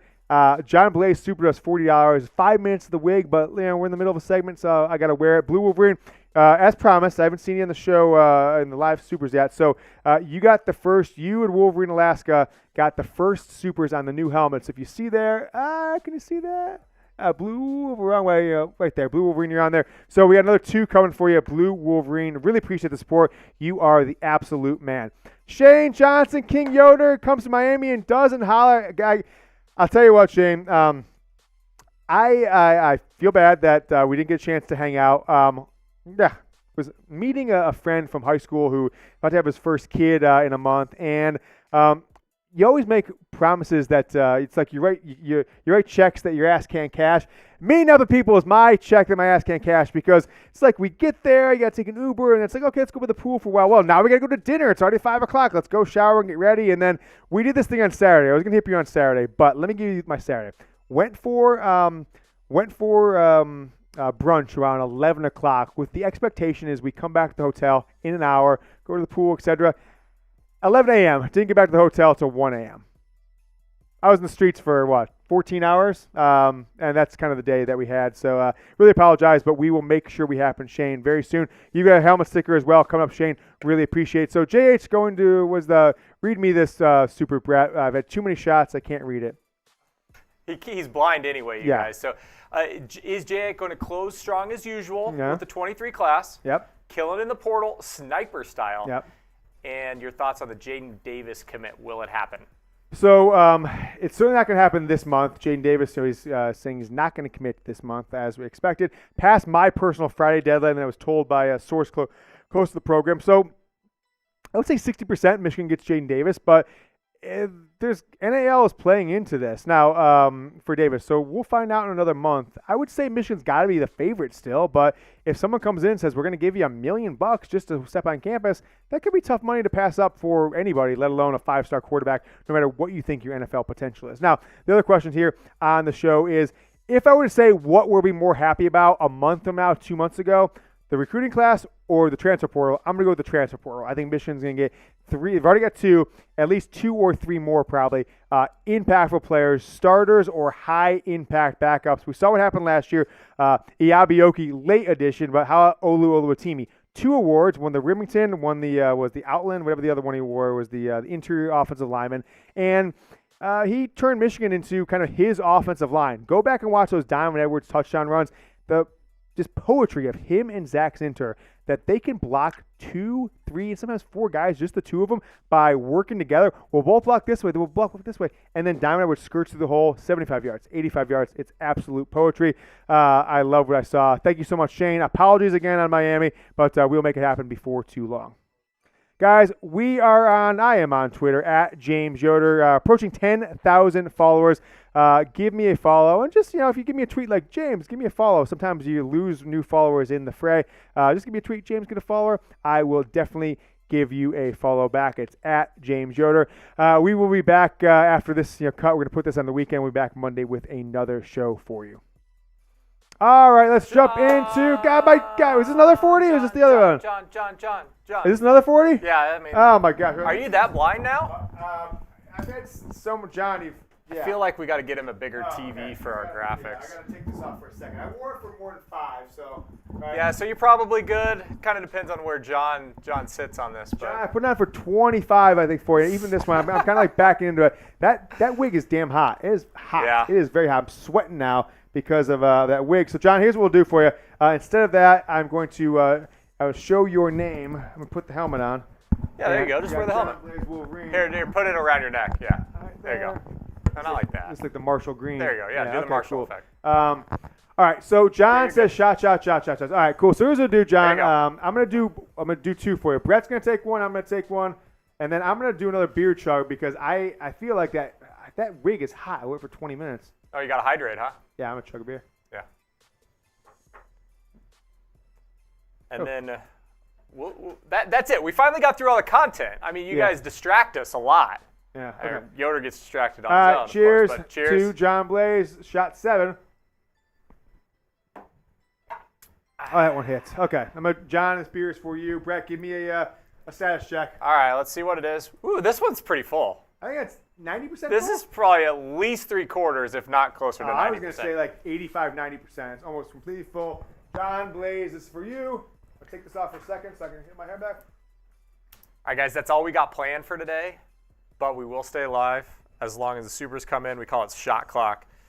But no obligation, of course, because we appreciate everybody that just watches and interacts with us, of course. Big day though. Big day though. We got a lot of stickers to put on the hard hats. Maybe just the new one, right? Yeah, the new hard hat. The people told me, hey James, you put too much. It takes you too damn long to put the stickers together live on the show. Yeah, you do it afterwards, so that's kind of what we're doing. So we've got a bunch. Wolverine Alaska, by the way. He's also got the biggest stickers. Remember I told you, Wolverine Alaska, I already had 2 made for you. Not because I expected them, but because I actually wrote the wrong dates on you. So I'll just put these ones on right now. So Rock City! Rock City with a super chat, or what? Yeah? Yeah. All right, Rock City. Wolverine Alaska is going right on the top. He's got 2 more, so 2 of what, like 5 we owe him? Wolverine Alaska, he's going right next to the Michigan sticker there. Where are we partying at in Glendale? All right, well, I unfortunately am not, but... We can give him some recommendations, though. So, you know who knows this? Knows party in Scottsdale more than anywhere? Jack Lauderay. Jack Lauderay. We call him Party Boy Jack around here. Normal producer of the show, but he is on a little... He'll be back on Wednesday. PTO. He'll be back for the show on Wednesday next week. I don't think he knows live. He may not know that he's producing live, but yeah, we don't know if we've told him about the schedule. Out. But I'll give you my general assessment. So from 2006 to 2009, I lived in Las Vegas. Spent a ton of time in Phoenix for work because the company I worked for at the time had like the regional office in Phoenix. And I have found, I don't remember the name of the bar, but I think Scottsdale, after 10, 11 at night, it's kind of what you're, it depends on what you're looking for. It's kind of, it's a big time club scene, right? Young and sexy, everyone's dressed up to the nines, etc. But from about noon to 7 o'clock in Scottsdale, no matter what day of the week it is, downtown Scottsdale, there's this one bar. It's called like something, not the Iron Cactus, but it's got the word cactus in it. And this is 12 years ago, probably last time I was there. I think Scottsdale is the best day drinking outside of a beach in the entire country. They've got a strip of, especially on a Saturday or Sunday, especially New Year's Eve or that weekend prior, etc. Phenomenal. 2 minutes on the clock, Brett's saying. Super chat, so we got to go here in a second. But going back to that question is day drinking in Scottsdale. So it's about a 40-minute drive from Glendale. So I personally wouldn't stay anywhere near Glendale. It's way out the hell out there. It's not nearly anything really that fun. Honestly, it's one of the worst NFL stadiums, I think. For location or just for stadium? I think the stadium is horrible too. Okay, interesting. I've never been. But location-wise, it's bad. Okay, yeah, bad location. Don't stay out by Glendale. Don't do that. Stay downtown Phoenix or Phoenix or Scottsdale. Now, Scottsdale's a little more expensive, so it depends on what you do. But even Tempe. Yeah, Tempe's fine. Love downtown Scottsdale. And there's just they've got like a town square and everything like that. But there's 2 or 3 streets, and you'll know. I mean, it's not a surprise. The day drinking in Scottsdale is amazing. If you want to just kind of get started on the 29th, 30th, Friday, Saturday, that's Thursday, Friday, at 1 o'clock. all of a sudden the sun's going down at 6 o'clock, etc. And you were like, well, that's all she wrote. I'm going to go back and take myself a nap. Day drink at Scottsdale, I think, is the best bang for the buck. Now, if you also want to kind of elevate your fun, your party scene, I think the W pool in Scottsdale, now it's kind of a, spend a little cash there, so depending on what the budget is, but W pool, getting just a bed, or you can, friends get a cabana. Amazing people watching, and you have a ton of fun. So appreciate everyone who super chatted today. Appreciate everyone who watched the show. I do have to pull this one up, James. Yeah. All right. Another question. Rob J says do the chip challenge. No, there's no chance I'm doing the chip challenge. So I thought that's what you'd say. Yeah, I mean, look. I mean, Mitch has died twice, too. Yeah, so I've seen. It's bad. Normally I would, because I am a eats hot stuff like connoisseur. Like, give me the hottest thing ever. But I've seen Mitchell Rans. I've seen Sam Brown, who was in there earlier in the show. They did it live like a week ago, and they were gone. So I'm not doing the chip wrap. So thank you very much. What does that mean? We're done? 2 minutes is gone? That's it. 2 minutes gone? But let's close it out with a question. All right. What year did you become a Michigan football fan, guys? I'll read a few of these here on the show. Get here in the live chat. What year did you become? Someone said I just jumped up. Someone said swallowing. What are they saying? No, he's saying slurring. Slurring. Oh, okay. As in you. I think they're talking about you, Brett. Uh-huh. Okay, so what year is slurring from Rob J? Okay, rock nice. Okay, 79 from Rob J. 2016 from Odin. So Odin, what were you just a younger guy, or what happened? What kept you so long? 2016. Becky and Chad 93. Becky and Chad. I'm 91, right? I remember Brett. I don't know what you think. Do you have memories? What's your earliest memory in life? Like what age? Just whatever. I distinctly remember when I was like 2.5 years old, tripping over a golf net in my backyard and skinning my knee. Now, whether or not I remember that because I just saw home videos of it, I don't remember. But anyway. So Becky Chad was 93. Huh? I think I remember we moved when I was 5.5. I do remember kind of that scene. And I've got 1 or 2 memories of 4 years old, 3 years old. But I remember my dad's friend stepped on me because I slept in the hallway one time. My dad had friends over and he went to the bathroom, stepped me. Nevertheless, but 91 is the first Michigan season where I distinctly remember watching the Michigan-Ohio State game. I distinctly remember we had a big thing where we're all going to watch the Heisman Trophy ceremony. So even though I was younger, but it was the year I was okay, I love Michigan. Also, for those who don't know, if you're not fans then, that was also the fall of the Fab Five. Talk about a season. Michigan crushed Ohio State by 4 touchdowns, won the Heisman Trophy, Desmond Howard posed for it, and the Fab Five show up at Ann Arbor, and they're kind of taking over college football. Maybe the greatest year, 91, in the history of Michigan football. So Becky and Chad said 93. John Blaze, 85. 1985, a long time ago from Bohannon. Rick from 1977, Rick Harford. Mark Majkowski says 71. 1974, born a fan. I think I was born a fan too, but nevertheless, I think my memory says 91. Mitch says 1977. Timothy says 1970. Also, Scuba Photo 88,000 says 1970. So a lot of the 70s here. It's kind of 70s or current day, close by. 2004 from Julian Leal. The players look so old then. It's kind of a funny statement there. I'll give Mark Chorian. Says 97, a great year to there. Becky and Chad says, my 3rd grade teacher wanted me to pick Michigan or State, and I chose the Maize and Blue. Good choice by you as a 3rd grader. How about this one? Very funny comment from Mark as we'll close the show on this. Those players look so old and capitalized then.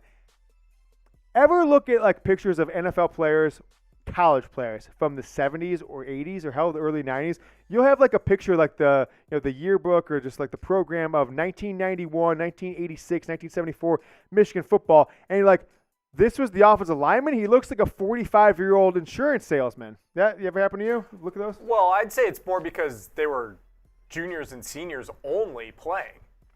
So you've got 22-year-olds. While now it's a range from 18 to 21, 22. True, but I swear I think all those guys, they all have mustaches. But come on, we just saw a 12-year-old that looks like a 47-year-old this week too. Yeah, I did see that. I don't know if anybody's on the internet streets. Yeah, if you guys have seen that kid in greater Dallas area where we are, he's 12 years old, looks like he's 35, he's a football player. Joel Brown says 1963. Ricky Leach from Sapper, 1975. Mark, as I said, 97, Julian. And Michael Wingett says, started watching in 99, but didn't become a hardcore fan until 04, 05. So 99, Tom Brady's senior year, and then he's a hardcore fan in the Mike Hart, Chad Henne era of 04, 05. Colin Faith, 2015. And Al B will finish on this one. Watch Maize and Blue on a black and white TV. So he's probably been a fan since the 1950s or early 60s. That is the show for today, folks. Follow me on Twitter. It's at James Yoder. We're live next Wednesday. We'll put some of these segments out Friday through the weekend. We'll have new programming at worst on Monday, but if anything happens before then, we'll dive in with some more. Thank you so much for watching. Until I see you next time, go Blue.